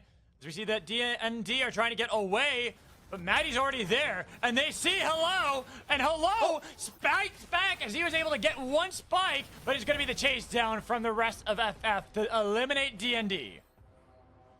I think Maddie just forgot to press glide. Or... No, because he recalled, so he definitely would have fuel. As Dan almost able to hit the hook, and also almost able to hit a hook. Very close. Finish embrace, not connecting. No stuns on either side, but we see that is FF still ready to fight if need be. They've got the revive off, while Mav have been taking a beating, and in town, revives are being attempted. Moonlit Battlegrounds will be back up. Luca's been taking down Aiden, trying to get into town, into safety, but just barely couldn't reach it, and now it's only Dan. Might have to swap out of there. One elimination. Dom is gone. As we are down to 7, and with Dan by themselves, a void. So easy to be picked apart. Mev, our European team, taken out, but a nice singularity helps out the last door to pick up PSA as Aphios tries to get away with the help of some snowballs and Sinner's Embrace, but pulled back in. Not getting away, though, because it's going to be FF seeing the black door. They had their back to them. It will give enough time for PSA to escape. Yeah, and then off-screen GCR were able to win against I forgot who. So the last door beaten PSA. PSA barely alive as we have a very crowded Kobayashi's. Teams attempting this, but we are getting close. No, it's our final day, isn't it? With so many pulls that you can have, you have to dodge everything. I'm waiting to see how many pulls. Wait, this is our this is our last circle. I just realized this. Our last circle is still in Kobayashi's. Bullet trains as well. Everyone has Eva. How many pulls into trains do we get? Now you'll pay. Oh, Lod's using the clone was just a little too late to stop the recall. Is it going to be the crown picked up? What? Oh! Decides to get Spoiler that. died. So there's one. Koala's gone height, barely getting away from the bullet train. Afios, the lone Eva for PSA, needs to get a beacon pull into a train. But I don't think it gives you the kill credit for it, does it? So it won't really lower your cooldown, but nobody can do anything to you at all while you're all sitting it down. And that is 4 squads that are sitting in Kobayashi's. Oh, wait. They're gonna kill they want to kill the guards so that they can start fighting in here. I think so too. That's, well, everyone but Afios wants that as he almost got beckoned into the core.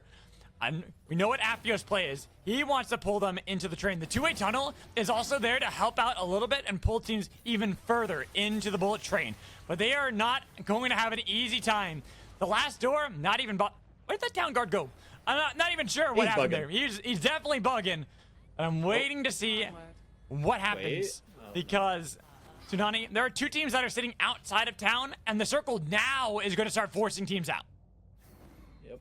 And this guard has just been... Oh, he's leaving. He's like, I gotta go home.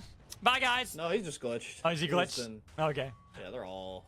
It's because they keep moving him with the beacon. I don't think that this is something that's been fully tested. Get off of there, skedaddle! Skedaddle! Not paying attention to the bullet train.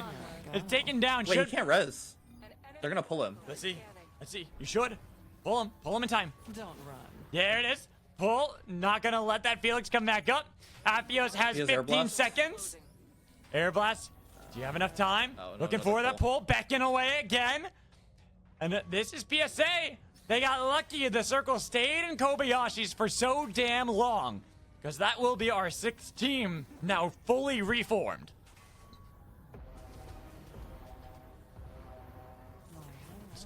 Oh, they get it. Oh, and over here. Oh! For fun, fight against Cat, one of our teams that kind of hadn't been in Kobayashi this whole time. They were waiting for people to leave and see if they can punish. But it's going to be the recalls on the other side. Now teams are ready to get out of there. Saucy Hack is on the flank, but he's got to be careful because it's still going to be 2 attacking him from Cat. They don't have the full team. They had lost one of their brethren in the initial skirmish against Cat. Well, with the storm pushing in, PSA, GCR, Moonlit Battlegrounds, who leaves first? Who survives as the storm closes in on town, making all 3 of these teams in a bad spot. GCR down 1 member. It's going to be Moonlit Battlegrounds. The first team trying to leave, but they got the Sinners Embrace, locking the double stun, and the recess from Laws destroys Moonlit Battlegrounds while GCR were able to get out, barely surviving. Skedaddle is on the other side trying to see if he can scratch the lips, but it's going to be PSC. First one's eliminated, then Moonlit Battlegrounds only down to Pine on the other side, while GCR, they're down to Skedaddle, trying to go for another Sinners Embrace out of FF, looking to see if they can get Water Drinker. She's by herself against 3, but they might be able to regroup. Skedaddle jumps in, almost is able to find Laws, but the push back in, forcing away, making sure this Fox cannot escape. They've tethered him down, backing him forward, but he barely escapes the pull. As it's everyone's for themselves to try to survive now. The post-Kobayashi's peaceful phase has ended. That pretty messy scramble. At least Pine able to keep quiet, not draw too much ire. Skedaddle now trying to figure out where he's going to get a res. There's a crown on the right side, so I think he's just waiting for his ulti. But Phenom, preempting it, is sitting here waiting. He was waiting. He knew that Skedaddle was there. They're looking to snipe him down before he can even go over the abyss. Felix has 2 different ways to get out of there. Sinners Embrace, make sure he uses none of them. Well done from Lods and from Water Drinker to take down another squad.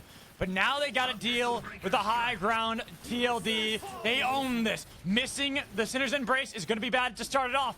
They've thrown out the Pokeball and they've thrown out a Storm Grenade. So Cat decide they want to go back north instead. Alright. Nobody realizes. Fine. Pine's there. Takes the Portal. portal for the rotate. Where's he gonna go though? That's the problem. Whip and FF are there, unfortunately. Exactly, because there's no crown anti-mobility field as well. Train's coming. You gotta be careful. He dodges away, but he got the burn and the tether to take down Moonlit Battlegrounds. Alright, nope. All the solos taken care of. Final 3 teams. We have moved further away from Kobayashi's and have ourselves still on the track.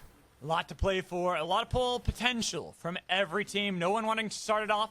We see that the circle will get us to go a little further south onto the tracks.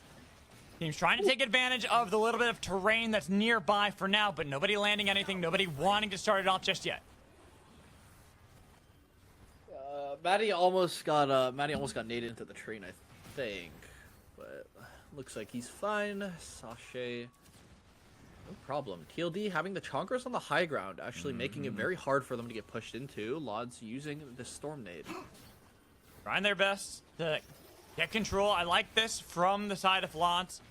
Getting TLD out of their comfort zone, but the problem is they don't have a comfort zone either. They have to push TLD off of the circle. TLD owns that real estate. Cat are getting attacked by FF because they forgot about the third team, the wild card in the situation, and with Laws gone, executed at that. The two-way tunnel! No! FF! You just got your own death on that game! As it's now down to 2 for Cat, trying to go for the box revive, but Kenneth has Oath and an Eva on the other side to survive. Not going to be able to get the stun.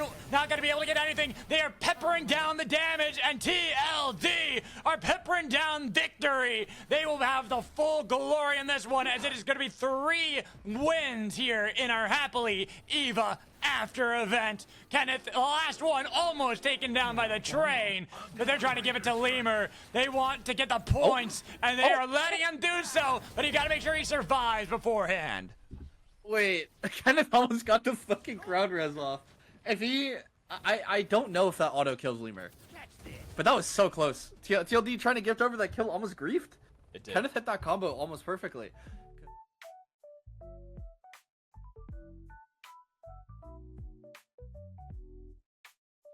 Now. Okay. So we're going to start at the bottom here for everyone. So we're going to swap my scenes really quick.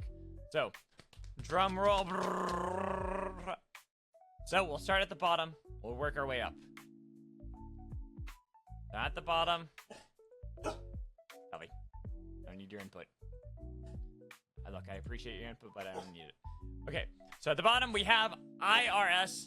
They are at 11 points. So that is going to be our 12th place team. Above them, ERM with 18. And then the Dami or Mommies, they come in at 10th place with 26. Slowly moving our way up. Team 10 get 9th place with 38 points. Well done to them.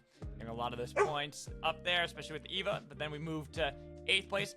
Game Center is going to be jumping up quite a bit to 57. No. So it's going to be 57 there for Game Center. And then in 7th place is our European brethren, our representative from Europe, Nev, getting 7th place. Well done to them. A lot of that from their early placements, but still good to see. In 6th place is Cat at 87. Ooh, Cat. Might have thought they would get a little bit higher. But as we move up, we see that D&D is 5th place. Are they? No, they are tied with FF. For Fun and D&D tied at 112. We have a tiebreaker scenario that we have to break.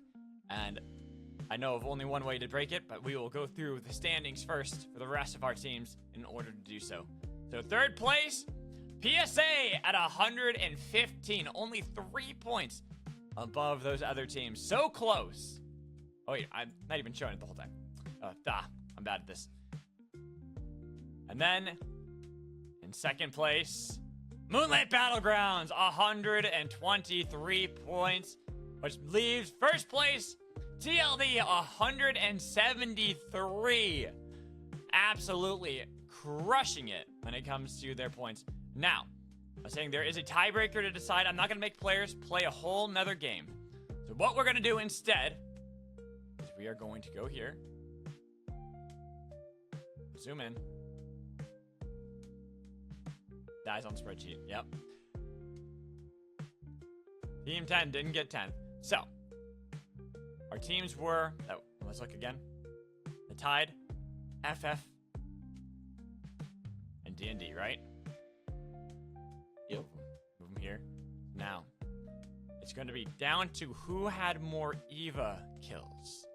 That's how you decide who is going to place ahead.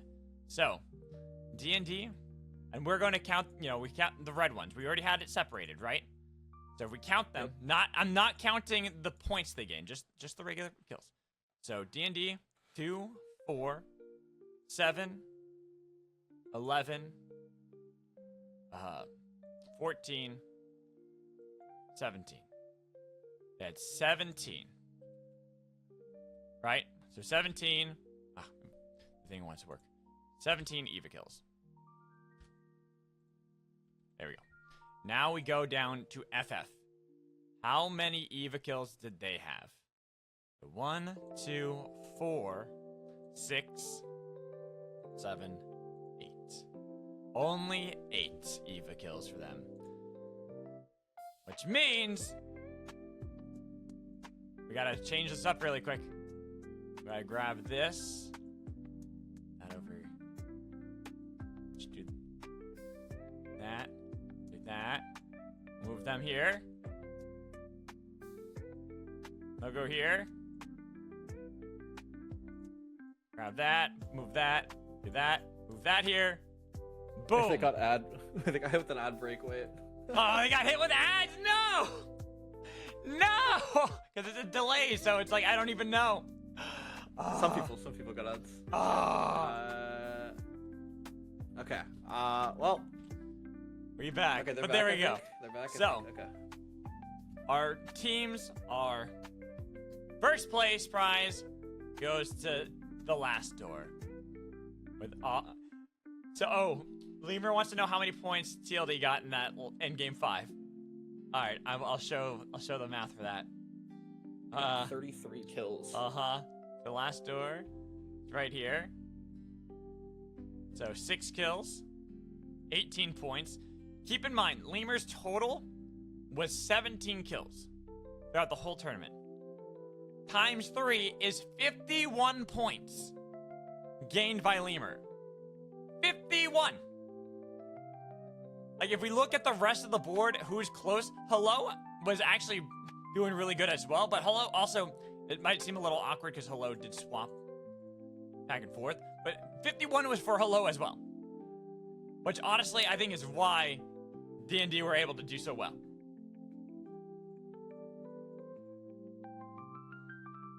Or was it Diamond? I can't remember. Either way.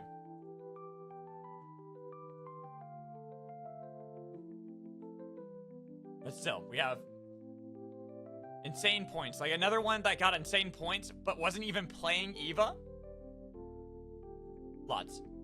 30 points just from Lots. Crazy stuff. All right, guys. I appreciate everyone joining in. Prize pools will be given out. So last door, we'll take our first place prize. Which, let me see what I posted again. I said Dylan.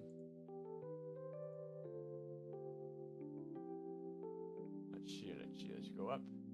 What did I say? So that's... Here we go. Yeah. Make it a little smaller. Ah, no!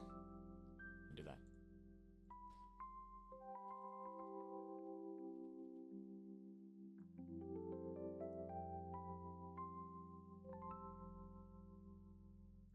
There we go. Got that. That's same thing here. 3,000 there.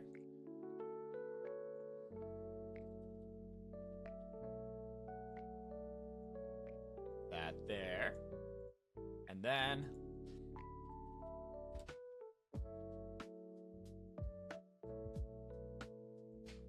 perfect.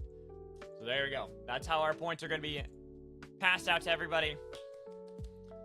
I'll get rid of my face so people can see the last one. Boom. Woo! Congratulations, everyone. Thanks, everyone, for joining in. Thanks, Dylan, for helping out with a lot of stuff. Same with Jang. Of course, Unani for working the camera as well as being my color commentator. Gina for stepping in last minute to help out as well with calculating all these points. That saves us, honestly, several hours of me focused and not actually talking and doing anything. I appreciate you both for stepping in and helping me out with that.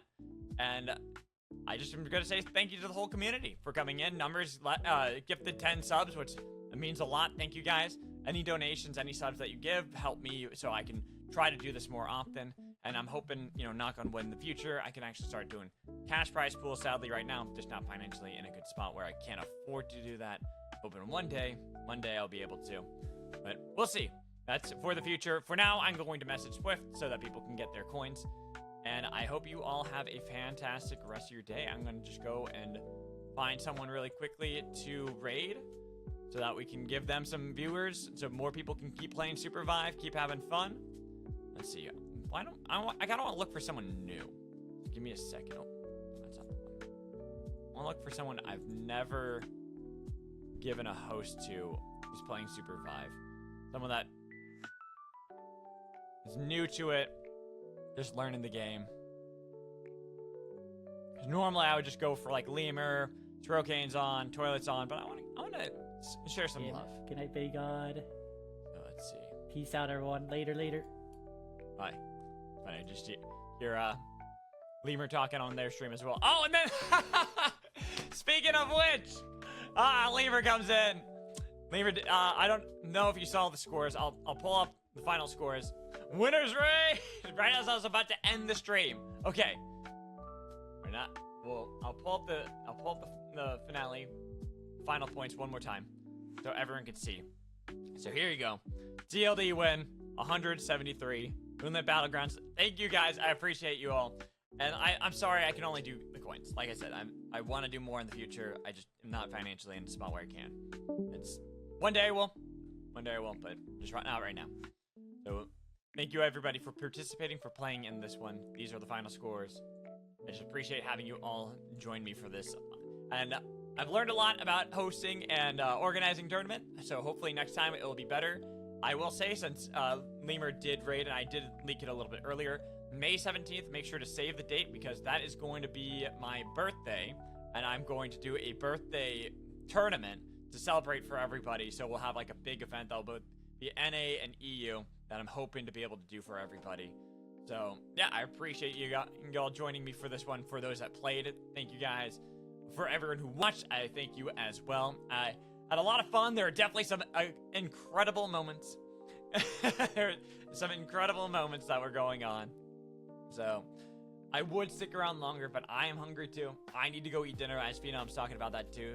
So I appreciate you all, and I'm going to actually give over the host to someone who we don't really know in the community, who is new, who I haven't seen before, who has not got very many views. So I'm kind of like looking through and seeing who would be someone worth kind of giving the views to. Like, who is out there that I don't think we've ever seen before. Let's give it to... There's this one. There's someone who is an English and Spanish, it looks like. So why not give it to them? Because I haven't heard of this channel before, and I just want to share some love with the community, try to give back to it more. I normally would, but by the way, there are some amazing people streaming right now. Like, I saw that Jetski is streaming. Jetski was playing in the tournament, so make sure you're following Jetski, obviously. Lemur, if you can. Srokane, I think, is streaming. Toilet is streaming right now as well. So those are some incredible people, but I just want to give back. So everybody, you take care. I will see you tomorrow. I'll be back. I'll be doing the draft tournament as well for shoutcasting. So I'll see you all then. Till then, peace out.